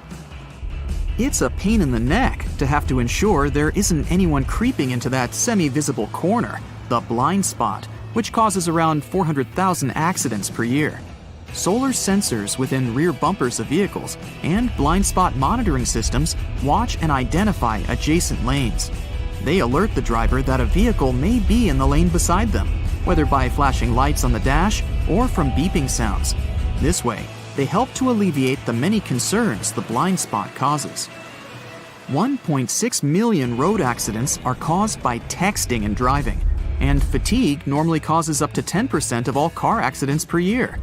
The driver attention monitor helps to alleviate both statistics. It works through sensors that monitor the car's movements and the amount of steering corrections to ensure the driver is paying attention to the road. When the system identifies that the driver isn't completely awake or is slightly distracted with their phone, it will prompt signals to suggest it's time for a break. Tires are among the most critical components for your car, with a close relationship with whatever path you take. Many safety features rely on the tires themselves for their own independent purposes. That's why it's super important to ensure the tires are always in top condition. Tire pressure monitoring systems check the air pressure of all 4 tires, ensuring you're aware when they need their pressure increased to avoid the risk of a blowout. The constant evolution in technologies continues to ensure you stay safe on longer stretches of the road. Lane departure warnings focus on the lines on the road, ensuring the car stays within. Whenever a car starts drifting over a line in the road without signaling to do so, the camera-based feature identifies and signals to the driver. The lane keeping assist feature follows the same method of identifying when the car is intruding the bordering lane. When it gets too close, it will readjust the steering and center the car within its appropriate lane. Other features in more advanced cars have autonomous driving capabilities. The autopilot systems have taken cruise control to the next level. Not only does it allow the vehicle to steer itself in the intended lane while maintaining a set speed, but it also changes lanes when required, making the ride more and more efficient. Some safety features are only just making a trend in car models worldwide. For example, night vision using thermographic cameras to look out for pedestrians and animals nearby. It goes within the infotainment screen, facing frontwards and identifying objects from their heat signatures. It's estimated that there are over 1.4 billion cars in use worldwide, and as the world's population increases, it's expected that the number of cars will follow suit. Safety features will continue to adapt further beyond what we know of today. Infrared headlights will be further adapted to be used in conditions with poor visibility, like storms, snow, and fog. They'll be capable of enhancing the visibility of the driver in all conditions without affecting the sight of passing drivers. Driver override systems will soon be able to monitor and identify human behavior. Whether due to reckless conduct on the road or for other safety precautions, cars will soon have the functionality to take complete control of themselves, ensuring both the passengers and the driver's safety. Augmented reality windshields are in early development already, providing some indicator reflections from the dash onto the windshield. So it's quite possible that soon all necessary directions from maps and alerts will appear right in front of the driver to ensure they never take their eyes off the road. Airbags will soon not only just be used within a car to ensure the passenger's safety, they will also activate from the outside of the car once they identify a definitive collision. The airbags will inflate outwards, covering the entire outside of the car and drastically reducing its impact. It may be so advanced that the bodywork of the car won't even need to be buffed out. The future technology of cars is expected to be so progressive that the cars themselves will have their own form of communication, not with human drivers, but with other cars. Just imagine cars communicating and sharing information as they identify roadblocks, issues on the road, or disruptive weather patterns. It will all ensure the most efficient and safest route possible.